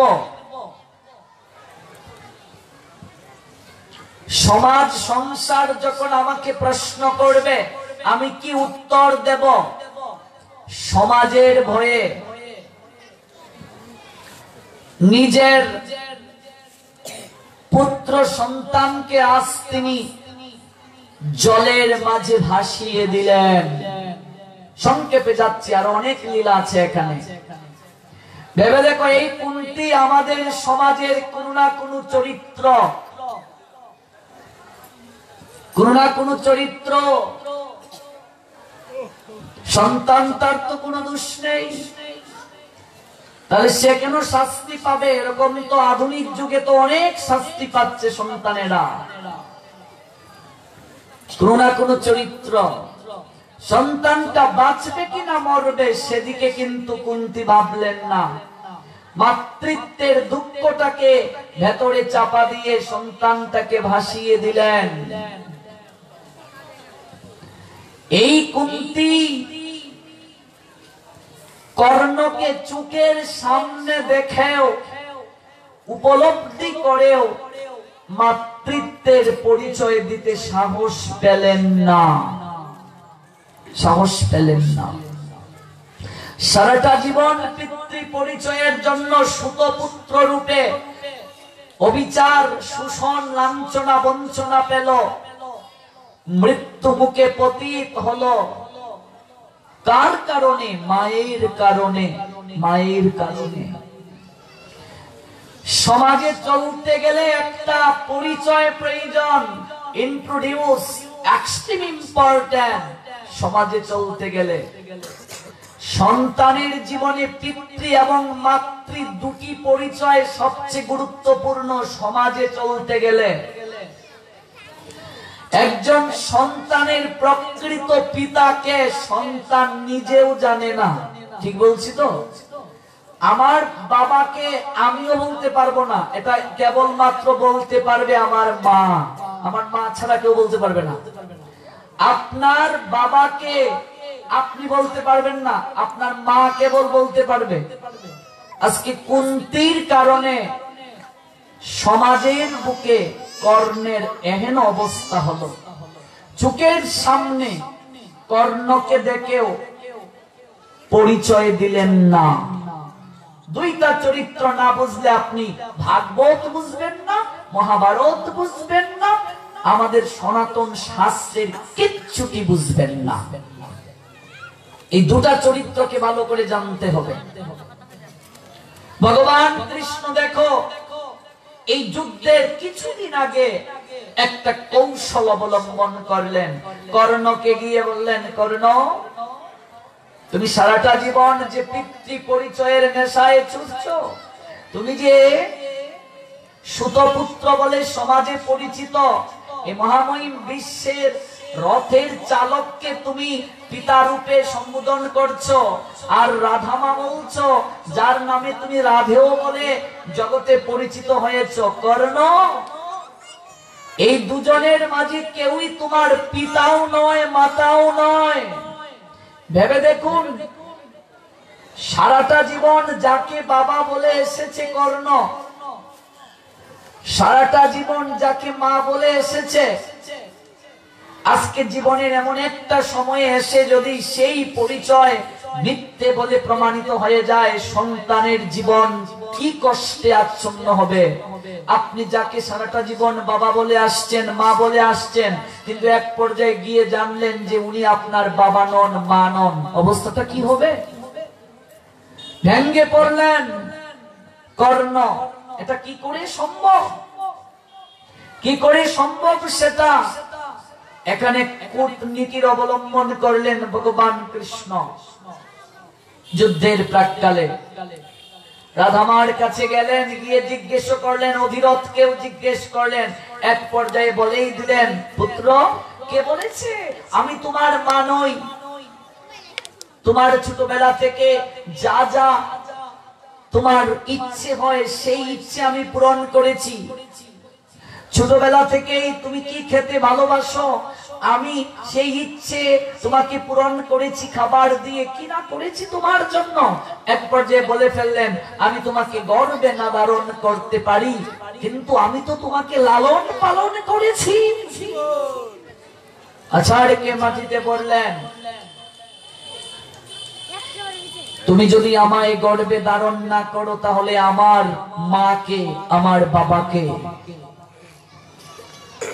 রাধামা আচার্যকে বললেন, ক্রন্দন করলেন। অধিরথ বললেন, ওই বাসুদেব কৃষ্ণই তোমাকে বলতে পারেন।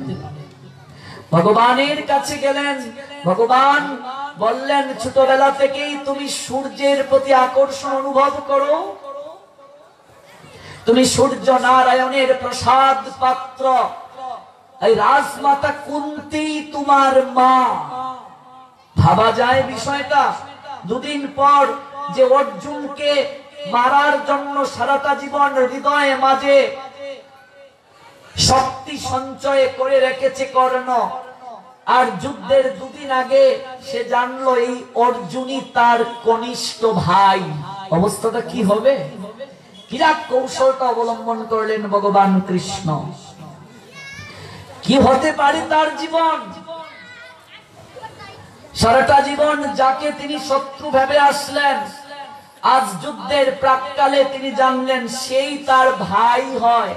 কুন্তী যখন মায়ের অধিকার নিয়ে গেলেন, তখন কর্ণ বললেন, এখন এসেছো মায়ের অধিকার নিয়ে? লজ্জা করি না তোমার?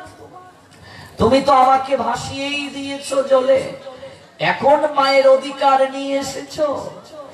এত কথা বললেন, কুন্তী কোনো উত্তর দিতে পারলেন না। দেখো, মায়ের কারণে নিন্দিত, মায়ের কারণে আজকে তিনি জগতের বুকে লাঞ্ছিত, মায়ের কারণে তিনি বঞ্চিত হলেন। এই একটা চরিত্র খুবই সংক্ষেপে আমরা আস্বাদন করলাম, যেটা আপনাকে ভাগবত পড়তে গেলেও জানা প্রয়োজন, মহাভারত পড়তে গেলেও আপনাকে জানা প্রয়োজন, শাস্ত্র গ্রন্থ অধ্যয়ন করতে গেলেও আপনাকে এই চরিত্রটাকে জানা প্রয়োজন, কর্ণের চরিত্র। এবং আরেকটা চরিত্র আপনাকে জানতে হবে, সেটা ব্যাসদেবের চরিত্র। কেন? কারণ এই ব্যাসদেবের কৃপার মাধ্যমে আপনি এই জপমালা পেলেন। এই যে আমরা জপমালায় জপ করি 108টা গুটি, এটাও ব্যাসদেবের কৃপা। এই যে শিবাস আঙ্গিনাকে রাউন্ড করে সুতো দিয়ে আম পাতা দিতে হয়, কয়টা আম পাতা দিতে হয়? 108টা আম পাতা। এইটাও ব্যাসদেবের কৃপা। আমরা আগামীকাল জানবো 108 কেন। 18টা পুরাণ বলো, 18টা উপপুরাণ বলো, 108 উপনিষদ, 18 দিনে মহাভারতের যুদ্ধ, 18টা অধ্যায় গীতা, সমস্ত কিছু 18। তার পিছনেও ব্যাসদেবের অবদান।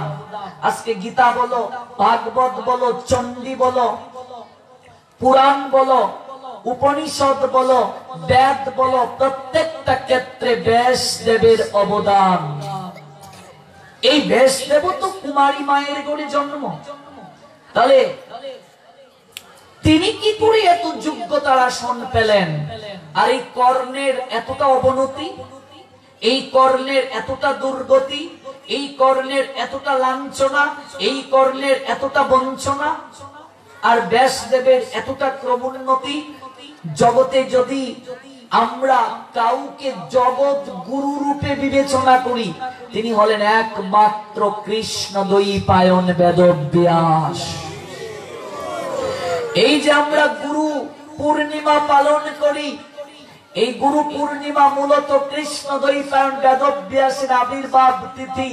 অধিকাংশ মানুষেরা জানে না আমরা গুরু পূর্ণিমায় নিজ নিজ গুরুদেবের আরাধনা করি। তার কারণ হচ্ছে কৃষ্ণ দ্বৈপায়ন বেদব্যাসী হচ্ছেন আমাদের স্বীয় স্বীয় গুরুদেবের প্রতীক। কিন্তু মূল তত্ত্ব ভুলে কেবলমাত্র নিজের গুরুদেবের আরাধনা করলেও ব্যাসদেবের চরণে অপরাধ হবে। ব্যাসদেবের চরণে যদি আমরা অপরাধ করি, তাহলে আপনি ভাগবতেরও কৃপা পাবেন না, গীতার কৃপাও পাবেন না, কোনো কিছুর কৃপাই পাবেন না। কারণ যে ভাগবত যিনি রচনা করলেন, সেই কৃষ্ণ দ্বৈপায়ন বেদব্যাস সম্পর্কে যদি আপনি না জানেন, তাহলে কৃপাটা পাবেন কি করে? আপনি গীতা পড়বেন, কিন্তু গীতা যিনি লিপিবদ্ধ করলেন সেই কৃষ্ণ দ্বৈপায়ন বেদব্যাসকে যদি আপনি না জানেন, তাহলে তো আপনি কৃপা পাবেন না। আপনি পুরাণ পড়ছেন, কিন্তু কৃষ্ণ দ্বৈপায়ন বেদব্যাসকে না জানলে আপনার কিছুই সাধিত হবে না। এবার চলুন অতি সংক্ষেপে জেনে নেই সেই চরিত্র কথা, কৃষ্ণ দ্বৈপায়ন বেদব্যাসের চরিত কথা। আমরা কর্ণের চরিত কথা সংক্ষেপে জানলাম, আবার কৃষ্ণ দ্বৈপায়ন বেদব্যাসের চরিত কথা সংক্ষেপে জানতে হবে, তাহলেই আমরা ভাগবতে প্রবেশ করতে পারবো। কৃষ্ণ দ্বৈপায়ন বেদব্যাস তিনিও কুমারী মায়ের গড়ে জন্ম নিলেন। কিভাবে? ব্যাসদেবের মায়ের নাম মৎস্যগন্ধা। এই মৎস্যগন্ধা কিভাবে আসলেন তারও একটা ইতিহাস আছে। আমরা যদি এত দূর থেকে শুরু করি তাহলে অনেক দিন সময় লাগবে। এই মৎস্যগন্ধা মূলত স্বর্গের একজন অপ্সরা। একটা অভিশাপের কারণে তিনি এসেছিলেন মাছের পেটে। সে অনেক কথা, আমরা এত উপরে যাচ্ছি না লীলায়, লীলাটা মাঝামাঝিতে আমরা শুরু করছি। মৎস্যগন্ধা দিবরের কন্যা রূপে আসলেন, এত উপরে যাচ্ছি না।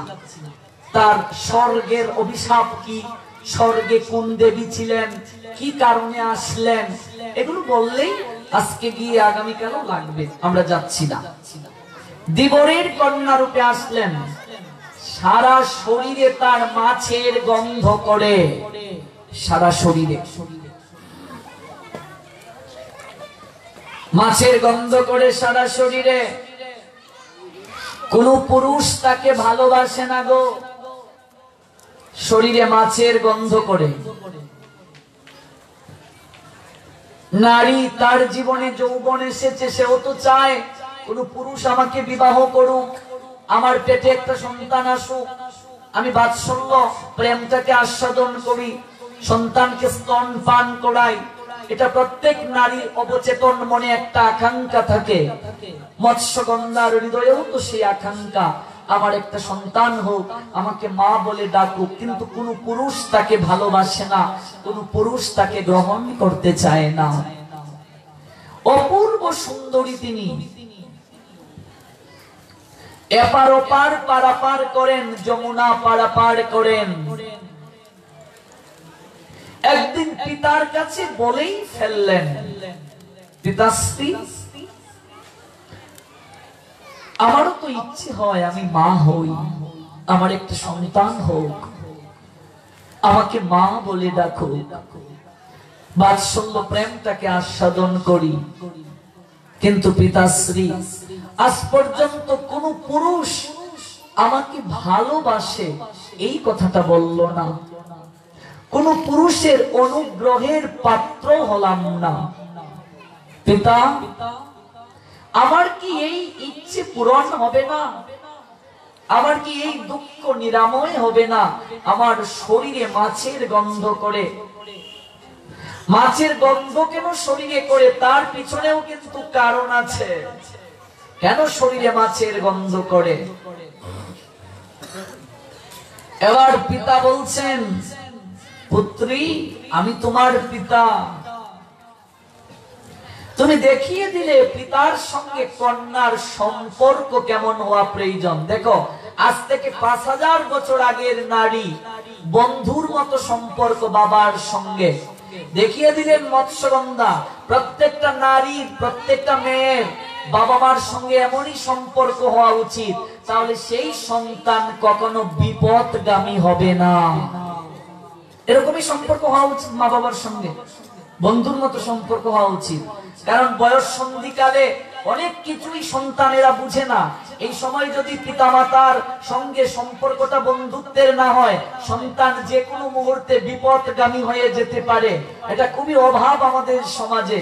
মৎস্যগন্ধা দেখিয়ে দিলেন সমগ্র কিছু আমাদের শাস্ত্র এবং এই সমাজের সঙ্গে মিল আছে। দেখো, বন্ধু বান্ধবের সঙ্গে গিয়ে আমরা এগুলো খুলে বলে, ওরাও জানে না, তারপরে বিপদগামী। এটা খুবই অভাব সমাজে। প্রত্যেকটা পিতামাতার উচিত বয়স সন্ধিকালে ছেলে মেয়ের সঙ্গে সৌহার্দ্য সম্পর্ক রাখা, তাদেরকে এগুলো বুঝিয়ে দেওয়া। এই বিষয়গুলো লজ্জার নয়, শারীরিক বিষয় মানেই আমরা মনে করি এটা লজ্জার বিষয়, এগুলো আলোচনা করা যাবে না। এই ভাবটাকে, এই চেতনা থেকে একেবারে ঝেড়ে আমাদেরকে বের হয়ে আসতে হবে।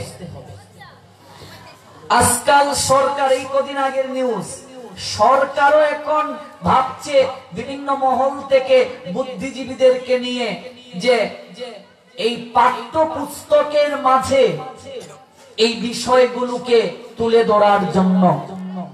শারীরিক প্রত্যেকটা বিষয় পাঠ্য পুস্তকের মাঝে তুলে ধরা প্রয়োজন, সন্তানের জানা প্রয়োজন। এগুলো মোস্ট ইম্পর্টেন্ট এন্ড ইম্পার্শিয়াল আমাদের সমাজে।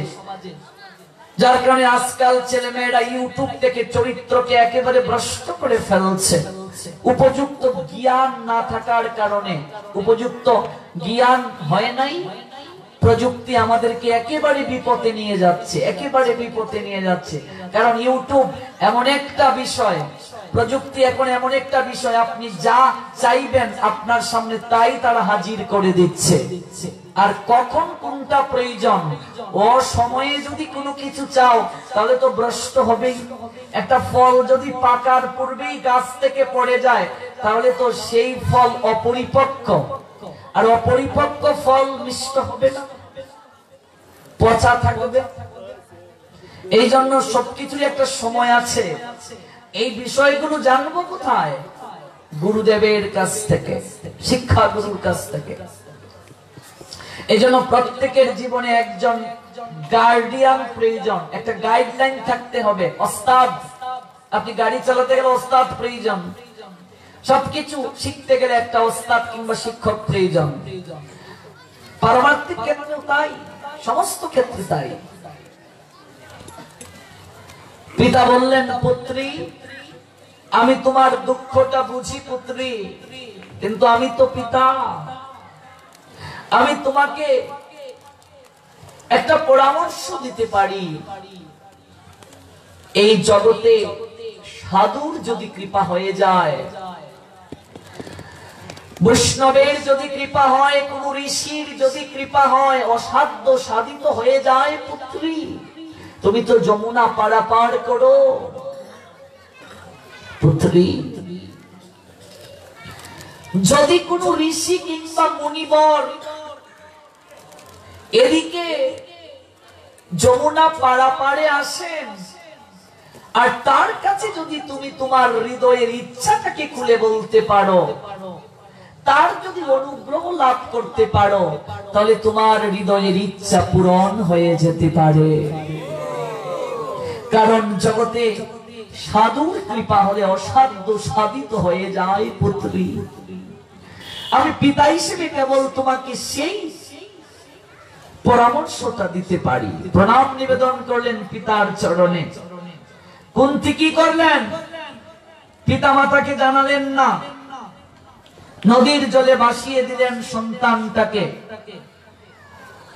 আর নিজের ইচ্ছার কথাটা মৎস্যগন্ধা তার পিতার কাছে বললেন।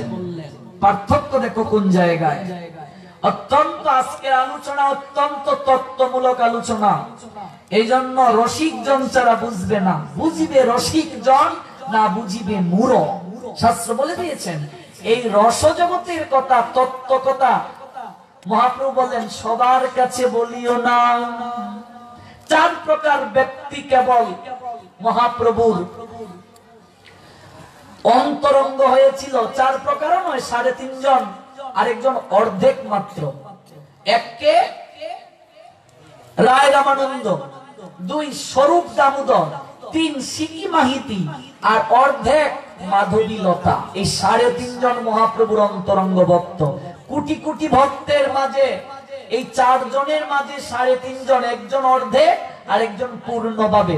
এই জন্য এই তত্ত্বকথা, রসকথা সবার কাছে বলতে নেই, বলা যাবে না, বুঝবে না। এগুলো আরো অন্যভাবে নিয়ে নেবে, অন্যভাবে নিয়ে নেবে, সমাজে আরো বিতর্ক সৃষ্টি হয়ে যেতে পারে। এই জন্য বুঝিবে রসিক জন, না বুঝিবে মূঢ়, মূঢ় বুঝিবে না ঘুরো।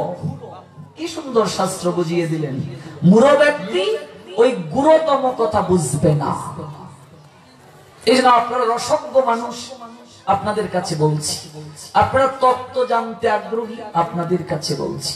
আমার এক এক দিনের আলোচনার প্রেক্ষাপটটা আমি এক এক রকম রাখার চেষ্টা করি। একদিন কেবল যুব সমাজের জন্য আলোচনা, আমি এইভাবে আলোচনাগুলো করার চেষ্টা করি। একদিন কেবল আমরা ভক্তির উপর শুনি আলোচনা, একদিন কেবল আমরা তত্ত্ব শুনি। আজ তত্ত্ব শুনছি, আগামীকাল ভক্তির উপর শুনব, এভাবেই প্রয়োজন।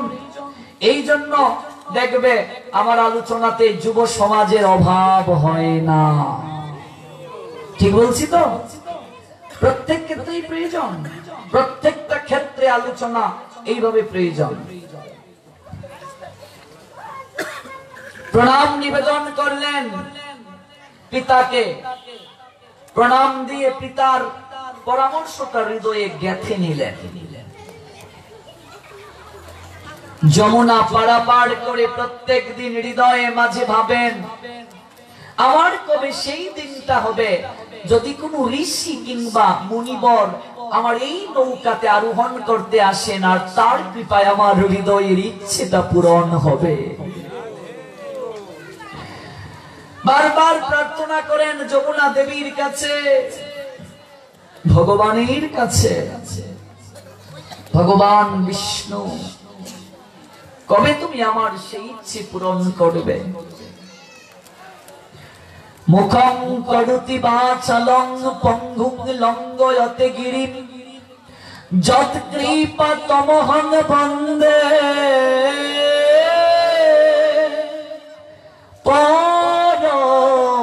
পরমানন্দ মাধব। মাধবের যদি কৃপা হয়ে যায়, যে ব্যক্তি বুবা, মুখ শব্দের অর্থ বুবা, মায়েদের গুকার ক, বুবা ব্যক্তি কথা বলতে পারে, পঙ্গু ব্যক্তি হারতে পারে। মাধবের যদি কৃপা হয়, অজ্ঞান ব্যক্তি জ্ঞান লাভ করতে পারে, বামন ব্যক্তি চন্দ্রিমা ধরতে পারে, পতঙ্গ অগ্নিকেও নির্বাপন করতে পারে। ভগবানের যদি কৃপা হয়ে যায়, জগতে হওয়ার কথা না হয়ে গেছে, এরকম আমরা কিছু দেখি না, ভগবত কৃপায় সম্ভব। আর মনে রাখবেন, ভগবান কখনো সরাসরি কাউকে কৃপা করেন না, ভগবান কোনো না কোনো মাধ্যমে কৃপা করেন। মাধ্যম, তুমি কি সরাসরি প্রধানমন্ত্রীর সঙ্গে দেখা করতে পারবে? অবশ্যই না, একটা মাধ্যম প্রয়োজন। মাধ্যম ছাড়া যাবে কি করে? আর মাধ্যমের সঙ্গে যদি ভালো সম্পর্ক থাকে, তুমি খুবই সহজে প্রধানমন্ত্রীর কাছে যেতে পারবে। তুমি যে ভগবানকে ডাকবে, কেমন ভাবে ডাকতে হয় তুমি তো জানো না। এই জন্য যিনি ভগবানকে জেনেছেন, ভগবানের কৃপা লাভ করেছেন, এমন কারো সঙ্গে যদি তোমার সম্পর্ক থাকে, তাহলে খুব সহজেই তুমি ভগবানের কৃপা লাভ করতে পারবে, পদ্ধতি জানতে পারবে। আর শাস্ত্র বললেন আচার্যগণ বললেন সেই মাধ্যমটাই হচ্ছেন সাধু কিংবা বৈষ্ণব। গোবিন্দ বলেন মম বৈষ্ণব পরাণ, বৈষ্ণব হৃদয়ে সদা মুই করি বিশ্রাম। ইচ্ছে পূরণ হওয়ার জন্য প্রার্থনা করেন ভগবান, ভগবানের কাছে। তাই ভগবান কৃপা করে একদিন পরাশর মুনিকে পাঠিয়ে দিলেন। ওই পরাশর মুনি তীরে এসে অপেক্ষা করছেন, তিনি নদী পারাপার হবেন। এত সুন্দরী এক অপূর্ব সুকান্তময়ী নদী পারাপার করেন। জটাযুক্ত চেহারা, লাবণ্য ঝরে পড়ছে মুনিবরের গাত্র থেকে, চুল জটাযুক্ত, মৎস্যগন্ধা অবলোকন করে মোহিত হয়ে গেলেন। মনে রাখবে সাধুর ক্ষমতা, ভগবান যেমন সর্ব আকর্ষক, ভগবানের ভক্ত আকর্ষণকারী। শুদ্ধ ভক্ত চিনবে কিভাবে? খুব সহজে তোমাকে আকর্ষণ করতে পারবে, এটাই হচ্ছে ক্ষমতা। এটা কবিরাজ গোস্বামী পাদ বলে দিলেন, খুব সহজে আকর্ষণ করে ফেলবে তোমায়। এটা সব দিক থেকে, কথায় আকর্ষণ, চেহারায় আকর্ষণ হতে পারে, তারপর হচ্ছে আচরণে আকর্ষণ হতে পারে, আদর্শের মাধ্যমে আকর্ষণ হতে পারে, কোনো না কোনো মাধ্যমেই তোমাকে আকর্ষণ করে ফেলবে। ভজনের একটা প্রভাব চেহারার মাঝেও পড়ে, জ্যোতি। এটা আমরা দেখতে পাই দেবকীর গর্ভে যখন ভগবান আসবেন, কংস দেবকীকে দেখে ভয় পেত, তাই তো বাবা ভাগবত নিশ্চয় পড়েছো যে এত সুন্দর কেন দেখাচ্ছে দেবকীকে, এর আগে তো এত গর্ভ ধারণ করলো, এরকম তো আমার ভগিনীকে সুন্দর দেখাতো না। অপূর্ব জ্যোতি দেখলেই কংস ভয় পেত, এত সুন্দর দেখাচ্ছে। আর মনে মনে ভাবতো, মনে হয় আমার মৃত্যুর কারণ এই গর্ভেই আছে, ভয় পেত। আদর্শ মহাপুরুষ যদি কেউ গর্ভে ধারণ করে, গর্ভকালীন সময়ে সেই নারীকে দেখেই বোঝা যায়। শাস্ত্র কিছু লক্ষণ দিয়ে দিয়েছে, আমরা এগুলো আরেকদিন আলোচনা করব। পত্রী সংহিতা কিছু লক্ষণ দিয়ে দিয়েছে, গর্ভকালীন সময়ে এই লক্ষণ নারীর মাঝে প্রকাশিত হবে। কোন পুত্র বা কোন সন্তান তার জীবনে আসবে, ওই গর্ভকালীন অবস্থায় কিছু লক্ষণ দেখে অনুমান করা যাবে। এবার সেই পরাশর মুনিকে দেখে মৎস্যগন্ধা দণ্ডবত প্রণাম দিয়ে বলছে, ওহে মুনিবর, আপনি কৃপা করে এই নৌকায় আরোহণ করুন। আমার কত সৌভাগ্য, আমার এতদিনে নদী পারাপার করা সার্থক হলো। আপনার মতো মুনিবরের চরণ ধুলি আমার এই তরিতে পড়ল। কারণ তিনি তো জেলে কন্যা, এই জন্য তার পেশাটা হচ্ছে নদী পারাপার আর মাছ ধরা। পরাশর মুনিকে প্রণাম দিয়ে দণ্ডবোধ করে সেই মৎস্যগন্ধা মনে মনে জানিয়ে দিলেন, ওহে মুনিবর, আমার হৃদয়ের মাঝে একটা ইচ্ছা, আমি যদি মা হতে পারতাম। সেই ঋষি পরাশর সাধারণ কেউ নয়, ঋষি পরাশরের জন্ম বৃত্তান্ত আমরা আজকে শুনছি না, সময় থাকলে আরেকদিন শুনবো তিনি কিভাবে এই জগতে এত বড় ঋষিত্ব প্রাপ্ত হলেন। তার বাবা, তার দাদার নাম শক্তি, শক্তির নাতি হচ্ছে পরাশর। সে অনেক তত্ত্ব, এই জন্য প্রচুর স্টাডি করতে হবে, নতুবা হবে না। গ্রন্থের যে কৃপা, এই জন্য পরাশর সাধারণ কোন ঋষি ছিলেন না, সাধারণ কোন মুনিবর তিনি ছিলেন না।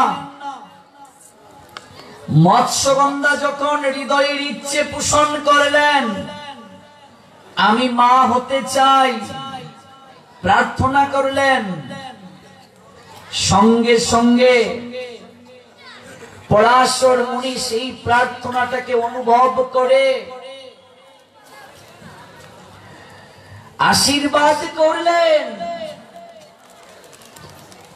এইভাবে হাতটা যখন তুললেন, সঙ্গে সঙ্গে সেই মৎস্যগন্ধার শরীর থেকে মাছের গন্ধ দূর হয়ে পদ্ম পুষ্পের গন্ধ নির্গত হতে শুরু করলো।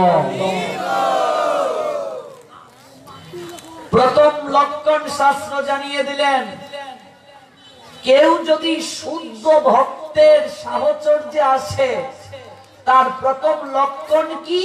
শারীরিক দিক থেকে সে পরিবর্তন হয়ে যাবে। প্রথম লক্ষণ মানে তার সৌন্দর্য বিকশিত হবে। তার মানে বুঝতে হবে তুমি সৎসঙ্গে আছো। কি বললাম গৌর সুন্দর? ঠিক। সৎসঙ্গে থাকার লক্ষণ কি বুঝলে? তোমার শারীরিক দিক থেকে পরিবর্তন হয়েছে। মৎস্যগন্ধার শরীর থেকে সঙ্গে সঙ্গে সেই মাছের গন্ধ দূর হয়ে পদ্ম পুষ্পের গন্ধ প্রকাশিত হতে শুরু করলো। এবার এদিক ওদিক চাইছে নেই কি, কারণ তিনি তো বলেনও না, কৃপা বলে বুঝতে পেরেছেন ইচ্ছেটা। বললেন, কি দেবী এদিক ওদিক তাকাচ্ছ কেন? বলছে, ওহে মুনিবর, আমার শরীর থেকে মাছের গন্ধ নির্গত হতো, এখন তো দেখছি আমার শরীর থেকে পদ্ম পুষ্পের গন্ধ নির্গত হচ্ছে। আজ থেকে তোমার নাম দিলাম পদ্মগন্ধা। ওই মৎস্যগন্ধা থেকে নাম হলো পদ্মগন্ধা। পদ্মগন্ধা তোমার নামকরণ করলাম। ওহে মুনিবর, আপনি যে আমায় এতটা কৃপা করলেন, আমি আপনাকে কি দেব দক্ষিণা? আমার তো কিছুই নেই। কারণ বৈষ্ণব দর্শন, সাধু দর্শনে খালি হাতে যেতে নেই, প্রণাম করে তাকে দক্ষিণা দিতে হয়। বিনিময় না করলে তো যজ্ঞ নিষ্ফল। আপনি যে আমাকে এত কিছু দান করলেন, আমি আপনাকে কি দেব? ভগবানের মন্দিরে খালি হাতে যেতে নাই। মনে রাখবেন কোন কোন জায়গায় খালি হাতে যেতে নাই। ভগবানের মন্দিরে খালি হাতে যেতে নাই, প্রণাম দিয়ে দক্ষিণা দিতে হবে, দানবাসকে দিতে হবে, নইলে হবে না। ভগবানের জন্য ফলমূল নিয়ে যেতে হবে, ধূপ দীপ নিয়ে যেতে হবে, কিছু না কিছু নিয়ে যেতে হবে। খালি হাতে আসতে নেই ভগবানের মন্দিরে। ভগবান দর্শনে খালি হাতে না। এই জন্য আগামীকাল আমরা সুদামার চরিত্র কথায় জানবো। ভগবানের কাছে যাবেন, তার স্ত্রী বসুন্ধরা বলছে, একবার যাও না। বলছে, যাবো কি নিয়ে বসুন্ধরা? আমার তো কিছুই নেই, আমি তো কাঙ্গাল, কি নিয়ে যাব? খালি হাতে তো যেতে নেই। ভগবানের মন্দিরে খালি হাতে যেতে নেই। তারপর গুরু আশ্রমে খালি হাতে যেতে নেই। গুরুদেবকে প্রণাম দিয়ে সামর্থ্য অনুযায়ী দক্ষিণা দিতে হবে। গুরু আশ্রমে কিছু না কিছু নিয়ে যেতে হবে, খালি হাতে যেতে নেই। ভগবানের সেবার জন্য চাল ডাল সবজি ইত্যাদি নিয়ে যেতে হবে, খালি হাতে যেতে নেই। বৈষ্ণব যদি কারো গৃহে থাকে, বৈষ্ণবকে যদি কেউ দর্শন করতে যায়, দেখতে যায়, খালি হাতে নেই, তাকে প্রণাম দিয়ে সামর্থ্য অনুযায়ী দক্ষিণা দিতে হবে। হরি কথার আসরে ভাগবত পাঠে খালি হাতে আসতে নেই, পাঠ শুনে প্রণাম দিয়ে দক্ষিণা দিতে হবে, নতুবা নিষ্ফল, যজ্ঞ নিষ্ফল। এবার প্রশ্ন আসতে পারে, দক্ষিণা কি? টাকা, বস্ত্র, স্বর্ণ অলংকার, ভূমি, এগুলো না, এগুলো নয়। এগুলো হচ্ছে গৌণ, গৌণ দক্ষিণা। পরীক্ষিত মহারাজ তিনি জমি দিয়েছিলেন, তারপর হচ্ছে স্বর্ণ অলংকার দিয়েছিলেন, বস্ত্র দিয়েছিলেন, অনেক কিছু দিয়েছিলেন, কিন্তু এগুলো গৌণ। ভাগবত আচার্য যখন টিকায় বললেন এই দক্ষিণাগুলো গৌণ, এগুলো তো দিতে হবেই। মূল দক্ষিণা হচ্ছে নয়ন জল দিতে হবে। নয়ন জলে দক্ষিণা, নতুবা হবে না। বক্তার কাছে শ্রোতা চিরজনমের মতো ঋণী হয়ে যায়। যে হরিকথা শোনাবে সেই বক্তার কাছে শ্রোতা জনমের তোরে ঋণী হয়ে যায়। কেন? উত্তর দিচ্ছেন ভগবান শ্রীমদ্ ভগবত গীতায় ৮ম অধ্যায় মোক্ষ যুগের ৬৮-৬৯ নং শ্লোকে ভগবান বলছেন, এই জগতের বুকে তার থেকে প্রিয় আমার কেউ নেই। কার থেকে প্রিয় প্রভু? যে আমার কথাকে জগতের বুকে প্রচার করে বেড়ায়। অর্থাৎ যে আমার কথা জগতের বুকে প্রচার করে, তার থেকে প্রিয় আমার আর কেউ হতে পারে না। এমনকি লক্ষ্মীও আমার এতটা প্রিয় নয়। দেবর্ষি নারদকে ভগবান নারায়ণ বলেছিলেন, তোমার বীণা যতটা আমার কাছে প্রিয়, লক্ষ্মীও আমার কাছে ততটা প্রিয় নয় নারদ। কারণ এই বীণায় সর্বদা নারায়ণ নারায়ণ নারায়ণ বলে গুণগান করে। দেখো একজন প্রচারক, প্রচারশীল ভক্ত ভগবানের কত প্রিয়। বলছেন, হে দেবর্ষি নারদ, তোমার বীণা আমার কাছে যতটা প্রিয়, লক্ষ্মীও আমার কাছে এতটা প্রিয় নয়। নারদকে ভগবান বলেছিলেন। আর কৃষ্ণ অর্জুনকে বলছেন, এই জগতের বুকে তার থেকে প্রিয় আমার কেউ নাই। অর্জুন আবার প্রশ্ন করলেন, কে? যে আমার কথাকে জগতের বুকে প্রচার করে। আবার বললেন ভগবান, তার থেকে প্রিয় কেউ নয়। এই পর্যন্তই নয় অর্জুন, ভবিষ্যতে আর কেউ এমন প্রিয় আমার হবেও না। আমরা তো কাউকে ভালোবাসি, আরেকজনকে ভালো লাগে, ওকে রেখে ওকে ভালোবেসে ফেলি। কিন্তু ভগবান বলছেন না, আমি যে তাকে ভালোবেসেছি, যে আমার কথা প্রচার করে, আর কেউ কোনদিন আমার কাছে সেই ভালোবাসা বা প্রিয় হতে পারবে না। এই জগতের বুকে তার থেকে আমার আর কেউ প্রিয় নয়, এমনকি কেউ প্রিয় হবেও না যে আমার কথাকে জগতের বুকে প্রচার করে বেড়ায়। একজন প্রচারশীল ভক্ত এতটা প্রিয় ভগবানের। কারণ কি? কারণ সেই ভগবানের কথা শুনে লক্ষ লক্ষ মানুষ নিজের জীবনের লক্ষ্যকে খুঁজে পায়, নিজের জীবনের পথকে খুঁজে পায়। আপনি যদি একজনকে ভক্ত করতে পারেন, সে ভক্তি যাজন করে যে কৃপা পাবে, আপনিও তার থেকে একটু কৃপা পাবেন। ভেবে দেখো, তুমি যদি কাউকে ভক্ত তৈরি করতে পারো, তাহলে তুমিও কৃপা পাবে। তুমি তার দিক নির্দেশক। চাণক্য পণ্ডিতের নাম নিশ্চয়ই শুনেছেন।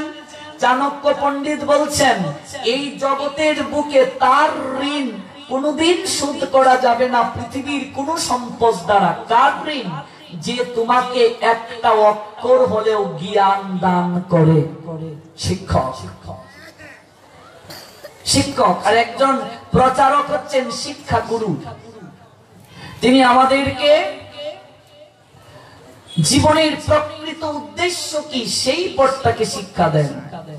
তিনি আমাদেরকে এই মনুষ্য জীবন কেন লাভ করলাম সেই তত্ত্ব শিক্ষা দেন।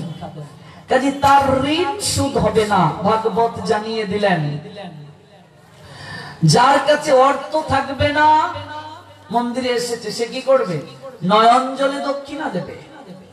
গুরুদেবের কাছে নয়ন জলে দক্ষিণা দেবে। তবে মনে রাখবেন, সেই গুরুদেব শিষ্যের কাছ থেকে কখনো জোর করে, চাপ প্রয়োগ করে কোনো কিছু নেবেন না। যদি নেন, তাহলে সেই গুরু তত্ত্বদ্রষ্টা কিনা প্রশ্নবিদ্ধ হবে। অর্থাৎ গুরুদেব কখনো লোভী হবেন না। এটা হচ্ছে একটা কথা। দ্বিতীয় কথা হচ্ছে, প্রত্যেক জীবের কর্তব্য তার উপার্জনের 4 ভাগের 1 ভাগ ধর্মের জন্য ব্যয় করা। মুসলমানরা এটাকে জাকাত বলেন। ওনারা জাকাত দিতে কুণ্ঠাবোধ করেন না। এই জন্য লক্ষ লক্ষ মসজিদ দেখবে মুহূর্তের মাঝে হয়ে যাচ্ছে, এবং সেখানে যে তারা অর্থটা ব্যয় করেন, কখনো কোনো আকাঙ্ক্ষা রেখে করেন না। সারা বাংলায় ঘুরলাম, কোন মসজিদে নেম প্লেট দেখি না, অথচ আমাদের মন্দিরে 20,000 টাকা দিলেও নেম প্লেট দেখা যায়। ঠিক বলছি বাবা? একটা ফ্যান দিলে ফ্যানের 3 পাতার মাঝে নাম লিখে দেয়া হয়। এই জন্য গীতায় ভগবান দানকে 3টা ভাগ করলেন, সাত্বিক, রাজসিক, তামসিক। 3 দান। এত দান করার পরও কৃপা নেই কেন? সাধু সেবা করেও কৃপা নেই কেন? আমরা সাত্বিক ভাবে করতে পারছি না। রাজা হরিশ্চন্দ্র সমস্ত কিছুকে দান করলেন, দক্ষিণার জন্য নিজে চণ্ডালের কার্য নিলেন, স্ত্রী পর্যন্ত একটা ব্রাহ্মণের কাছে দাসী বৃত্তি করলেন। সেই হরিশ্চন্দ্র দানের কারণে সশরীরে সবাইকে নিয়ে স্বর্গে যাচ্ছেন। দেবর্ষি নারদ সব জায়গায় একটা পেঁচাল বাঁধিয়ে দেন জগৎকে শিক্ষা দেওয়ার জন্য। হাতে বীণা বাজিয়ে এসে বলছেন নারায়ণ নারায়ণ নারায়ণ। রাজন, আপনি এমন কি পুণ্য কার্য করলেন যার প্রভাবে আপনি সশরীরে সবাইকে নিয়ে স্বর্গে যাচ্ছেন? এবার হরিশ্চন্দ্র বলছেন, দেবর্ষি তুমি আমাকে জানো না, ত্রিজগৎ সংসার আমাকে জানে। আমি রাজা হরিশ্চন্দ্র সসাগরা পৃথিবীকে দান করে দিয়েছি।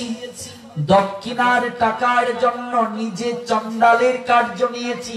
আমার সহধর্মিনী আমাকে ধর্মে প্রতিষ্ঠিত রাখার জন্য দাসী বৃত্তির কার্য করেছে। আমি স্বর্গে যাব না তো কে যাবে? অহংকার। সঙ্গে সঙ্গে রথ থেমে গেল, না যেতে পারলেন স্বর্গে, না আসতে পারলেন মর্তে, মাঝখানে রথটা থেমে গেল। দেখো, 1 বস্তা চাল দিলে মাইকে অ্যানাউন্স করি অমুক বাবু মহোৎসবে 1 বস্তা চাল দিছে। ভগবান কি কানে কম শুনে মাইকে বলতে হবে? 1 বস্তা চাল দিয়েও তোমার কোনো কৃপা হবে না, কারণ তুমি অ্যানাউন্স করেছো। যেমন ধার্মিক মুসলমানেরা তাদের কোরআন হাদিস থেকে বলে 1 হাতে দান করলে আরেক হাত যেন না জানে, আমাদেরও শাস্ত্র বলছে দান করবে ফলের আশা ত্যাগ করে, তাহলে সঙ্গে সঙ্গে সেই দান তোমার রেজাল্ট বয়ে আনবে, নইলে তোমার রেজাল্ট হবে না। হবে না? করোনা ভাইরাসের সময় যে ঢং দেখলাম, একটা মাস্ক বিতরণ করলেও ছবি তুলে তুলে ছাড়ছে, কে কাকে দান করছে বোঝা যায় না। রাজনৈতিক মহলে তো আরো বেশি, 5 কেজি দিয়ে ফটো, তারপর ছবি, তারপর ছবি, খালি প্রচার আর প্রচার। এত সহজ নয় স্রষ্টার কৃপা লাভ করা। ভগবান অন্ধ নয়, তাকে দেখিয়ে দিতে হবে। আর ভগবান কানে কম শুনে নয়, তাকে মাইকিং করে বলতে হবে। এই জন্য দান করো সাত্বিকতার সঙ্গে, নইলে সেই দান কখনো তোমার কৃপা বয়ে আনবে না। তোমার ইনকামের 4 ভাগের 1 ভাগ ধর্মের জন্য দিতে হবে। আজকে আমরা দেখতে পাই 50 বছরও একটা মন্দির হয় না, কারণ আমরা হিন্দুরা ধর্মের ক্ষেত্রে অর্থ ব্যয় করতে সবচেয়ে কৃপণতা করি। মহোৎসবের কমিটি যারা, তারা জানেন কত কষ্ট হয় কালেকশন করতে, মানুষের দাঁড়ে দাঁড়ে গিয়ে অনুরোধ করতে হয় অর্থের জন্য, কত কষ্ট করতে হয় তাদের। কারণ কি? কারণ আমরা অর্থ দিতে কুণ্ঠিত হই। বছরে তুমি কত টাকা ব্যয় করবে ধর্মের জন্য সেটাও শাস্ত্র তোমাকে নির্ধারণ করেছে।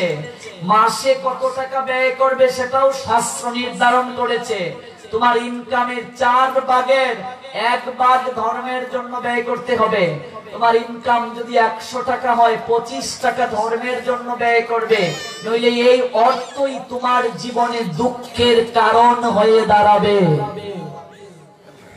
যার যে ইনকাম অনুযায়ী দান করবে, যার ইনকাম বেশি সে সেই অনুপাতে দান করবে, যার ইনকাম কম সে সেই অনুপাতে দান করবে।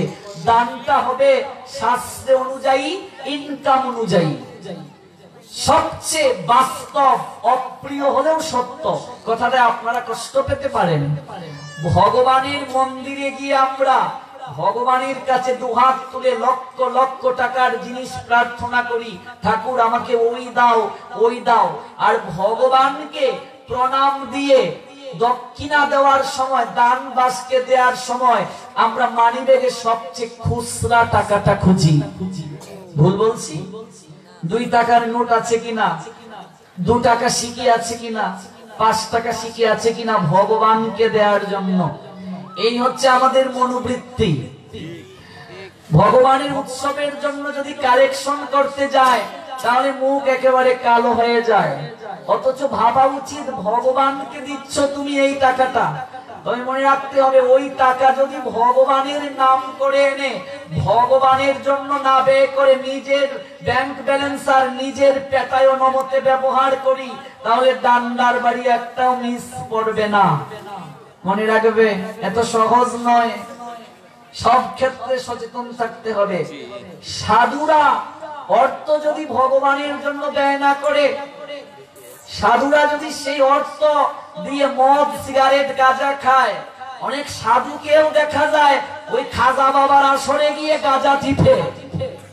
অনেক সাধু কেন খাজা বাবার আসরে যাবে? সন্ন্যাসী তুমি খাজা বাবার আসরে কেন যাবে? বৈষ্ণব তুমি খাজা বাবার আসরে কেন যাবে? ব্রহ্মচারী তুমি খাজা বাবার আসরে কেন যাবে? এই জন্য আচরণ ত্যাগ না করলে কেউ ভালোবাসবে না। আপনি আচরে প্রভু জীবের শেখায়, আপনি না আচরিলে জীবকে শেখানো না যায়। যত যত আচরতি শ্রেষ্ঠ তত্ত্বতেব ইতর জনঃ সযৎ প্রমাণম কুরুতে লোক ততনুবর্ততে।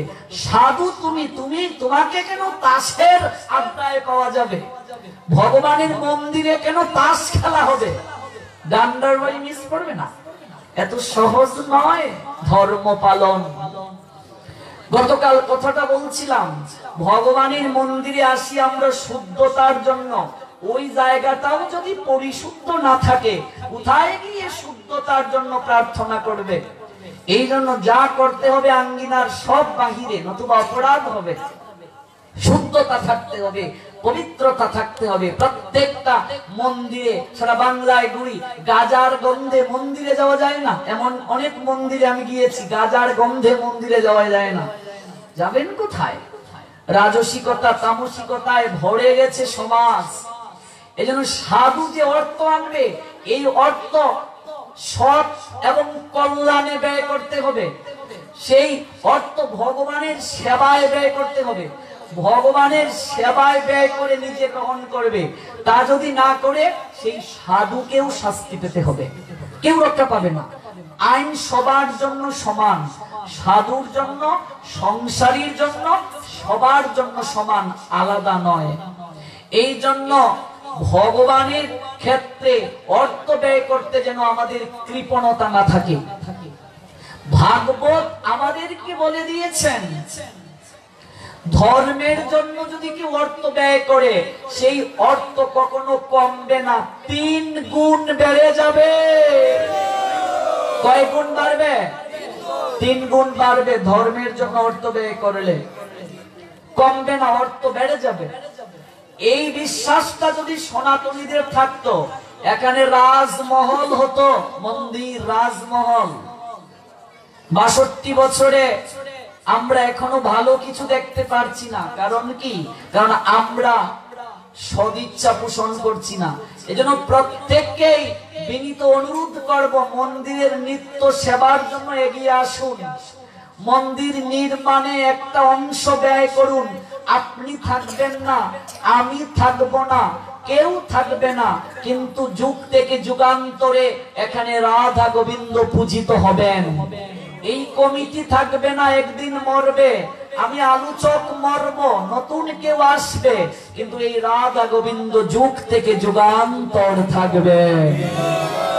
লক্ষ লক্ষ ভক্ত যুগ যুগান্তরে এই জায়গাতে আসবে, যাবে, কেউ থাকবে না, রাধা গোবিন্দ থাকবেন।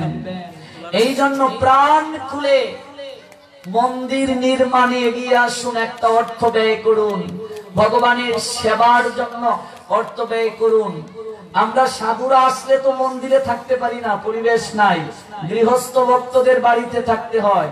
এই জন্য একটা সাধু নিবাস যেন হয়, যেন সাধুরা আসলে থাকতে পারে, ভক্তরা আসলে মন্দিরে থাকলে তো আরো ভালো, পবিত্রতম জায়গায় থাকলে মনও ভালো থাকবে, ভজনের জায়গায়। এই জন্য ভক্তরা এগিয়ে আসুন ধীরে ধীরে এই মন্দির বিনির্মাণে। প্রত্যেকেরই উচিত নিজের ইনকামের 4 ভাগের একটা অংশ ভগবানের জন্য দেয়া। এই অর্থটা আপনি সৎ জায়গায় দিলেন, সৎ জায়গায় যদি দান করো, ওই দানের কৃপা কখনো নষ্ট হবে না, হবে না। আর মন্দিরে প্রণাম দিয়ে বাংতি টাকা, ভাগবত পাঠে প্রণাম দিয়ে ব্ল্যাক টিপ মারা টাকা, এই মনোবৃত্তি চেঞ্জ করে মনকে বড় করতে হবে। ভগবানের জন্য অর্থ ব্যয় করলে কমে না, সাধু সেবায় গুরু সেবায় অর্থ ব্যয় করলে অর্থ কমে না, অর্থ 3 গুণ বেড়ে যায়। এই মৎস্যগন্ধা থেকে পদ্মগন্ধা হয়ে সেই রমণী আজ বলছেন, কি দেব আপনাকে মুনিবর, কিছুই তো নাই আমার। এই দেহটা, এই দেহভরা যৌবন, আপনার শরীরে আমি দক্ষিণা স্বরূপ দিলাম। একটা ইচ্ছা আমার, আজ পর্যন্ত কোন পুরুষ আমাকে গ্রহণ করে নাই, কিন্তু এখন বুঝতে পারছি যে কোনো পুরুষ আমার প্রতি আকৃষ্ট হবে, কারণ এই জগতে মানুষ দেহকেন্দ্রিক ভালোবাসে। তাই এই দেহটা আমি আর কাউকে দিতে চাই না, আমি এই দেহটা আপনার চরণে সমর্পণ করে দিলাম, আপনি আমাকে মা হওয়ার অধিকার দান করুন। উপযুক্ত পাত্রে উপযুক্ত দক্ষিণা। পরাশর মুনি মৃদু হেসে বলছেন, তোমার ইচ্ছে পূরণ হোক দেবী। মাতৃত্বের জন্য যা প্রয়োজন পরাশর মুনি কৃপা করে গেলেন। ভেবে দেখো, আজ থেকে 5000 বছর আগের কথা শুনছি আমরা, 5000 বছর আগের নারীর কথা। গৃহে ফিরে আসলেন, কয়েকদিন পরেই সেই পদ্মগন্ধার শরীরে মাতৃত্বের লক্ষণ ফুটে উঠল। এট ফার্স্ট সেই কন্যা তার বাবাকে প্রণাম দিয়ে গিয়ে বললেন, পিতাশ্রী আমি মা হতে চলছি। দেখো কুন্তী আর এই ব্যাসদেবের মায়ের পার্থক্য কোথায়। তাই বলে কুন্তীকে খাটো করে দেখা যাবে না, কুন্তী ও সতী নারী, এটা লীলা করেছেন তিনি, জগতে একটা চরিত্রকে দেখিয়েছেন তিনি। এই অনুপাতে কুন্তীর চরিত্র বিচার করলে আমাদের অপরাধ হবে কুন্তীর চরণে, কারণ কুন্তী সাধারণ কেউ নয়, যার গর্ভে অর্জুন এসেছেন, দেবতা স্বয়ং তাকে কৃপা করেছেন যে কৃষ্ণের পিসি, যে যাদব বংশের রক্ত নিয়ে দেহে এসেছেন, সাধারণ কোন নারী নয়। যে কুন্তীর শিক্ষা জগতের বুকে পরম পাথেয়। এট ফার্স্ট বাবাকে বললেন, তার বাবা অবাক হলেন, মেয়ের সত্যবাদিতা দেখে বিস্মিত হলেন, আশীর্বাদ করলেন, পুত্রী ইচ্ছে পূরণ হোক। সমাজের সবাইকে ডেকে বললেন, সেই বিদুষী নারী আমি মা হতে চলেছি। 5000 বছর আগের নারী, বর্তমানে ঘটনাটা ঘটলে মা বাবা বলতেন, তাড়াতাড়ি ডাক্তারের কাছে যা, কেউ যেন না জানে। ভেবে দেখো,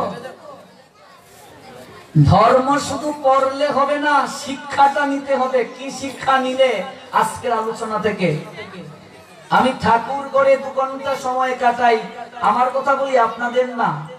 ওই ঘর থেকে বের হয়ে 100 মিথ্যে কথা বলি 1 ঘন্টার মাঝে, লক্ষ লক্ষ মিথ্যে কথা বলি। কোন সাধুও যদি বলে মিথ্যে বলে না, সে পাপ কথা বলছে, মিথ্যেবাদী, সে লোকদেরকে ঠকাচ্ছে। সবাই মিথ্যে বলে, কেউ কম কেউ বেশি। ধর্মরাজ যুধিষ্ঠির পর্যন্ত সত্যে দৃঢ় থাকলেন, কিন্তু তাকেও একটা মিথ্যে কথা পরিস্থিতির কারণে বলতে হলো। এই জন্য ভগবানের অনন্ত নামের মাঝে একটা নাম হচ্ছে সত্য। ভগবানের একটা নাম কি? সত্য।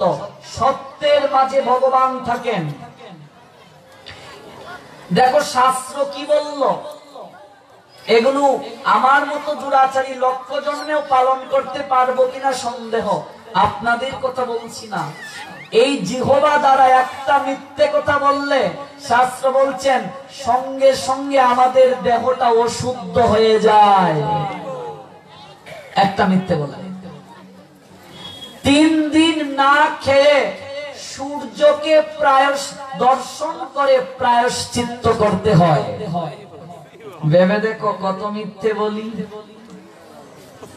কত মিথ্যে বলি। একটা মিথ্যে কথা বললে এই দেহ সঙ্গে সঙ্গে অশুদ্ধ হয়ে যায়, অপবিত্র হয়ে যায়। 3 দিন না খেয়ে সূর্যকে দর্শন করে প্রায়শ্চিত্ত করতে হয়। আমি আপনি সবাই, আমিও সেই দলে, প্রচুর বলছি। এই জন্য দিন দিন আপডেট চেষ্টা করতে হবে, মিথ্যে কমানোর, যেটা আমি করছি আপনিও করুন। ঘুমানোর আগে একটু হিসাব করবেন, আজকে সারা দিনে কয়টা মিথ্যে কথা বললাম, সারা দিনে কয়টা খারাপ কার্য করলাম। এটা কিন্তু কেউ জানবে না, আপনি কেবল জানবেন। ঘুমানোর আগে ভাববেন কোন বন্ধুকে ঠকিয়ে তার পকেট মেরে খেলাম, ভাববে কোন ফুরির লগে ইফটিজিং করলাম। রাস্তায় 4-5টা যদি ছেলে দাঁড়িয়ে থাকে আমার বয়সী, দেখবে মেয়ে দেখলেই চুলকানি শুরু হয়ে গেছে।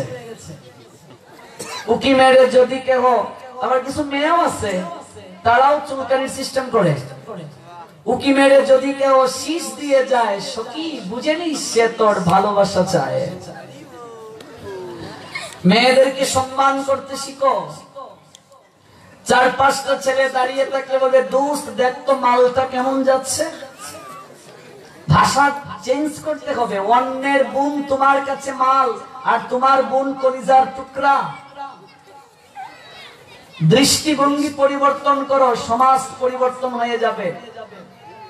এই জন্য প্রত্যেক নারীকে সম্মান দাও। ওই নারীও ওই মেয়েও কোনো না কোনো ভাইয়ের বোন, কোনো না কোনো বাবার মেয়ে, কোনো না কোনো মায়ের মেয়ে। তোমার বোন যেভাবে, আজকে এইভাবে যদি ভাবতে পারতাম সমাজে ধর্ষণ হতো না। ওই নোয়াখালীর বেগমগঞ্জের মতো কাপড় টানতো না মায়ের বয়সী মহিলাকে কুলাঙ্গার ছেলেরা। লজ্জা হওয়া উচিত এগুলো। সমাজে আজকে চরিত্র ভ্রষ্ট হয়ে যাচ্ছে আমাদের যুব সমাজে। এটা আমাদের অত্যন্ত গুরুত্ব দেওয়া প্রয়োজন। 5000 বছর আগের নারী সবাইকে ডেকে বললেন আমি মা হতে চলেছি। সমাজের সবাই অবাক হলো, মেয়েটা কত সত্যবাদী গো, লুকালো না বিষয়টা। সবাই বরং তাকে প্রশংসা করলো। আর কেউ যে খারাপ বলবে না তা কিন্তু নয়। খারাপ দলের লোক সব যুগেই ছিল, এটা থাকবেই, এটা থাকবেই। কিন্তু প্রত্যেকের মাঝে ভালো গুণ আছে, খারাপ গুণ আছে। তুমি ভালোটা গ্রহণ করো। সুরের মাঝেও কোনো না কোনো ভালো গুণ আছে, না নাই? ভালো গুণটা গ্রহণ করো, মন্দটাকে বাদ দাও। ওই নারী এতটা সত্যনিষ্ঠ, বাপকে প্রথম বললেন, সবাইকে বললেন। সেই দিন থেকে সেই পদ্মগঙ্গার নাম হলো সত্যবতী। প্রথম মৎস্যগন্ধা, তারপর পদ্মগঙ্গা, তারপর সত্যবতী। কেন সত্যবতী হলো? সত্যনিষ্ঠ, ভগবানে নিষ্ঠ, এই জন্য নাম সত্যবতী। যথা সময়ে একেবারে সংক্ষেপ করে ফেলছি। এখন দ্বীপের মাঝে ছেলেটার জন্ম হলো। এই পরাশর মুনি তাকে কিন্তু সন্তান ধারণের কৃপা করে গেলেন, কিন্তু পিতৃত্বের অধিকার দিয়ে গেলেন না। ঋষি চলে গেলেন। ভেবে দেখো, ওই নারী জগতের সবাইকে বলেছে আমার নারীত্বের পূর্ণতা মাতৃত্ব। এখন যে কথা বলছো, কই কোন পুরুষ তো ছিলে না, আমাকে তখন গ্রহণ করনি, আমার শরীরে মাছের গন্ধ করত, কোন পুরুষ তো গ্রহণ করনি, তখন কেউ তো আমায় ভালোবাসনি, আমার নারীত্বকে মর্যাদা দাওনি, এখন কথা বলছো কেন? প্রতিবাদী চরিত্র। দেখো, যথাসময়ে সন্তানের জন্ম হলো, গায়ের বরণ কালো তাই তার নাম কৃষ্ণ, দ্বীপের মাঝে জন্ম তাই তার নাম দ্বৈপায়ন, পরবর্তীতে বেদকে 4টি ভাগে ভাগ করলেন তাই তার নাম হলো বেদব্যাস। কৃষ্ণ, দ্বৈপায়ন, বেদব্যাস। মায়ের কারণে জগতের বুকে পূজ্য হলেন। ওই পরাশর মুনি ছোটবেলাতেই তাকে নিয়ে গেলেন, সেখানে গিয়ে শাস্ত্র জ্ঞান শিক্ষা প্রদান করলেন। পরবর্তীতে সেই কৃষ্ণ দ্বৈপায়ন বেদব্যাস আশ্রমে চলে গেলেন, সাধনায় চলে গেলেন। ওই সাধনা স্থলে গিয়ে কৃষ্ণ দ্বৈপায়ন বেদব্যাস মাকে বলেছিলেন, মা, যখনই তুমি আমাকে প্রয়োজন মনে করবে, ডাকবে, ঠিক তখনই আমি মাতৃত্বের আমন্ত্রণে সাড়া দেব। আমরা আলোচনার দীর্ঘায়িত করব না। দুটি বিষয়কে আমরা জানলাম, এক হচ্ছে কর্ণের চরিত্র কথা, আরেক হচ্ছে ব্যাসদেবের চরিত্র কথা। এই ব্যাসদেবী গীতাকে কি করলেন? লিপিবদ্ধ করলেন, ভাগবত রচনা করলেন, মহাভারত লেখলেন, পুরাণ লিখলেন, উপনিষদগুলো তার কৃপায় পেলাম, বেদকে 4টি ভাগে বিভাজন হতে দেখলাম। আমাদের সনাতন শাস্ত্রের সমস্ত জ্ঞান আদর্শ এই কৃষ্ণ দ্বৈপায়ন বেদব্যাসের কৃপাতে আমরা পেলাম। আজ যে জায়গায় শেষ করছি, গৌর হরির কৃপায় আমরা আগামীকাল সেই জায়গা থেকে শ্রবণ করব। নিতাই গো সীতানাথ প্রেমানন্দে, হরি হরি বল, জয় জয় শ্রী রাধে শ্যাম। আজ আমরা ব্যাসদেবের চরণ বন্দনা করলাম। আগামীকাল যথাসময়ে ভাগবত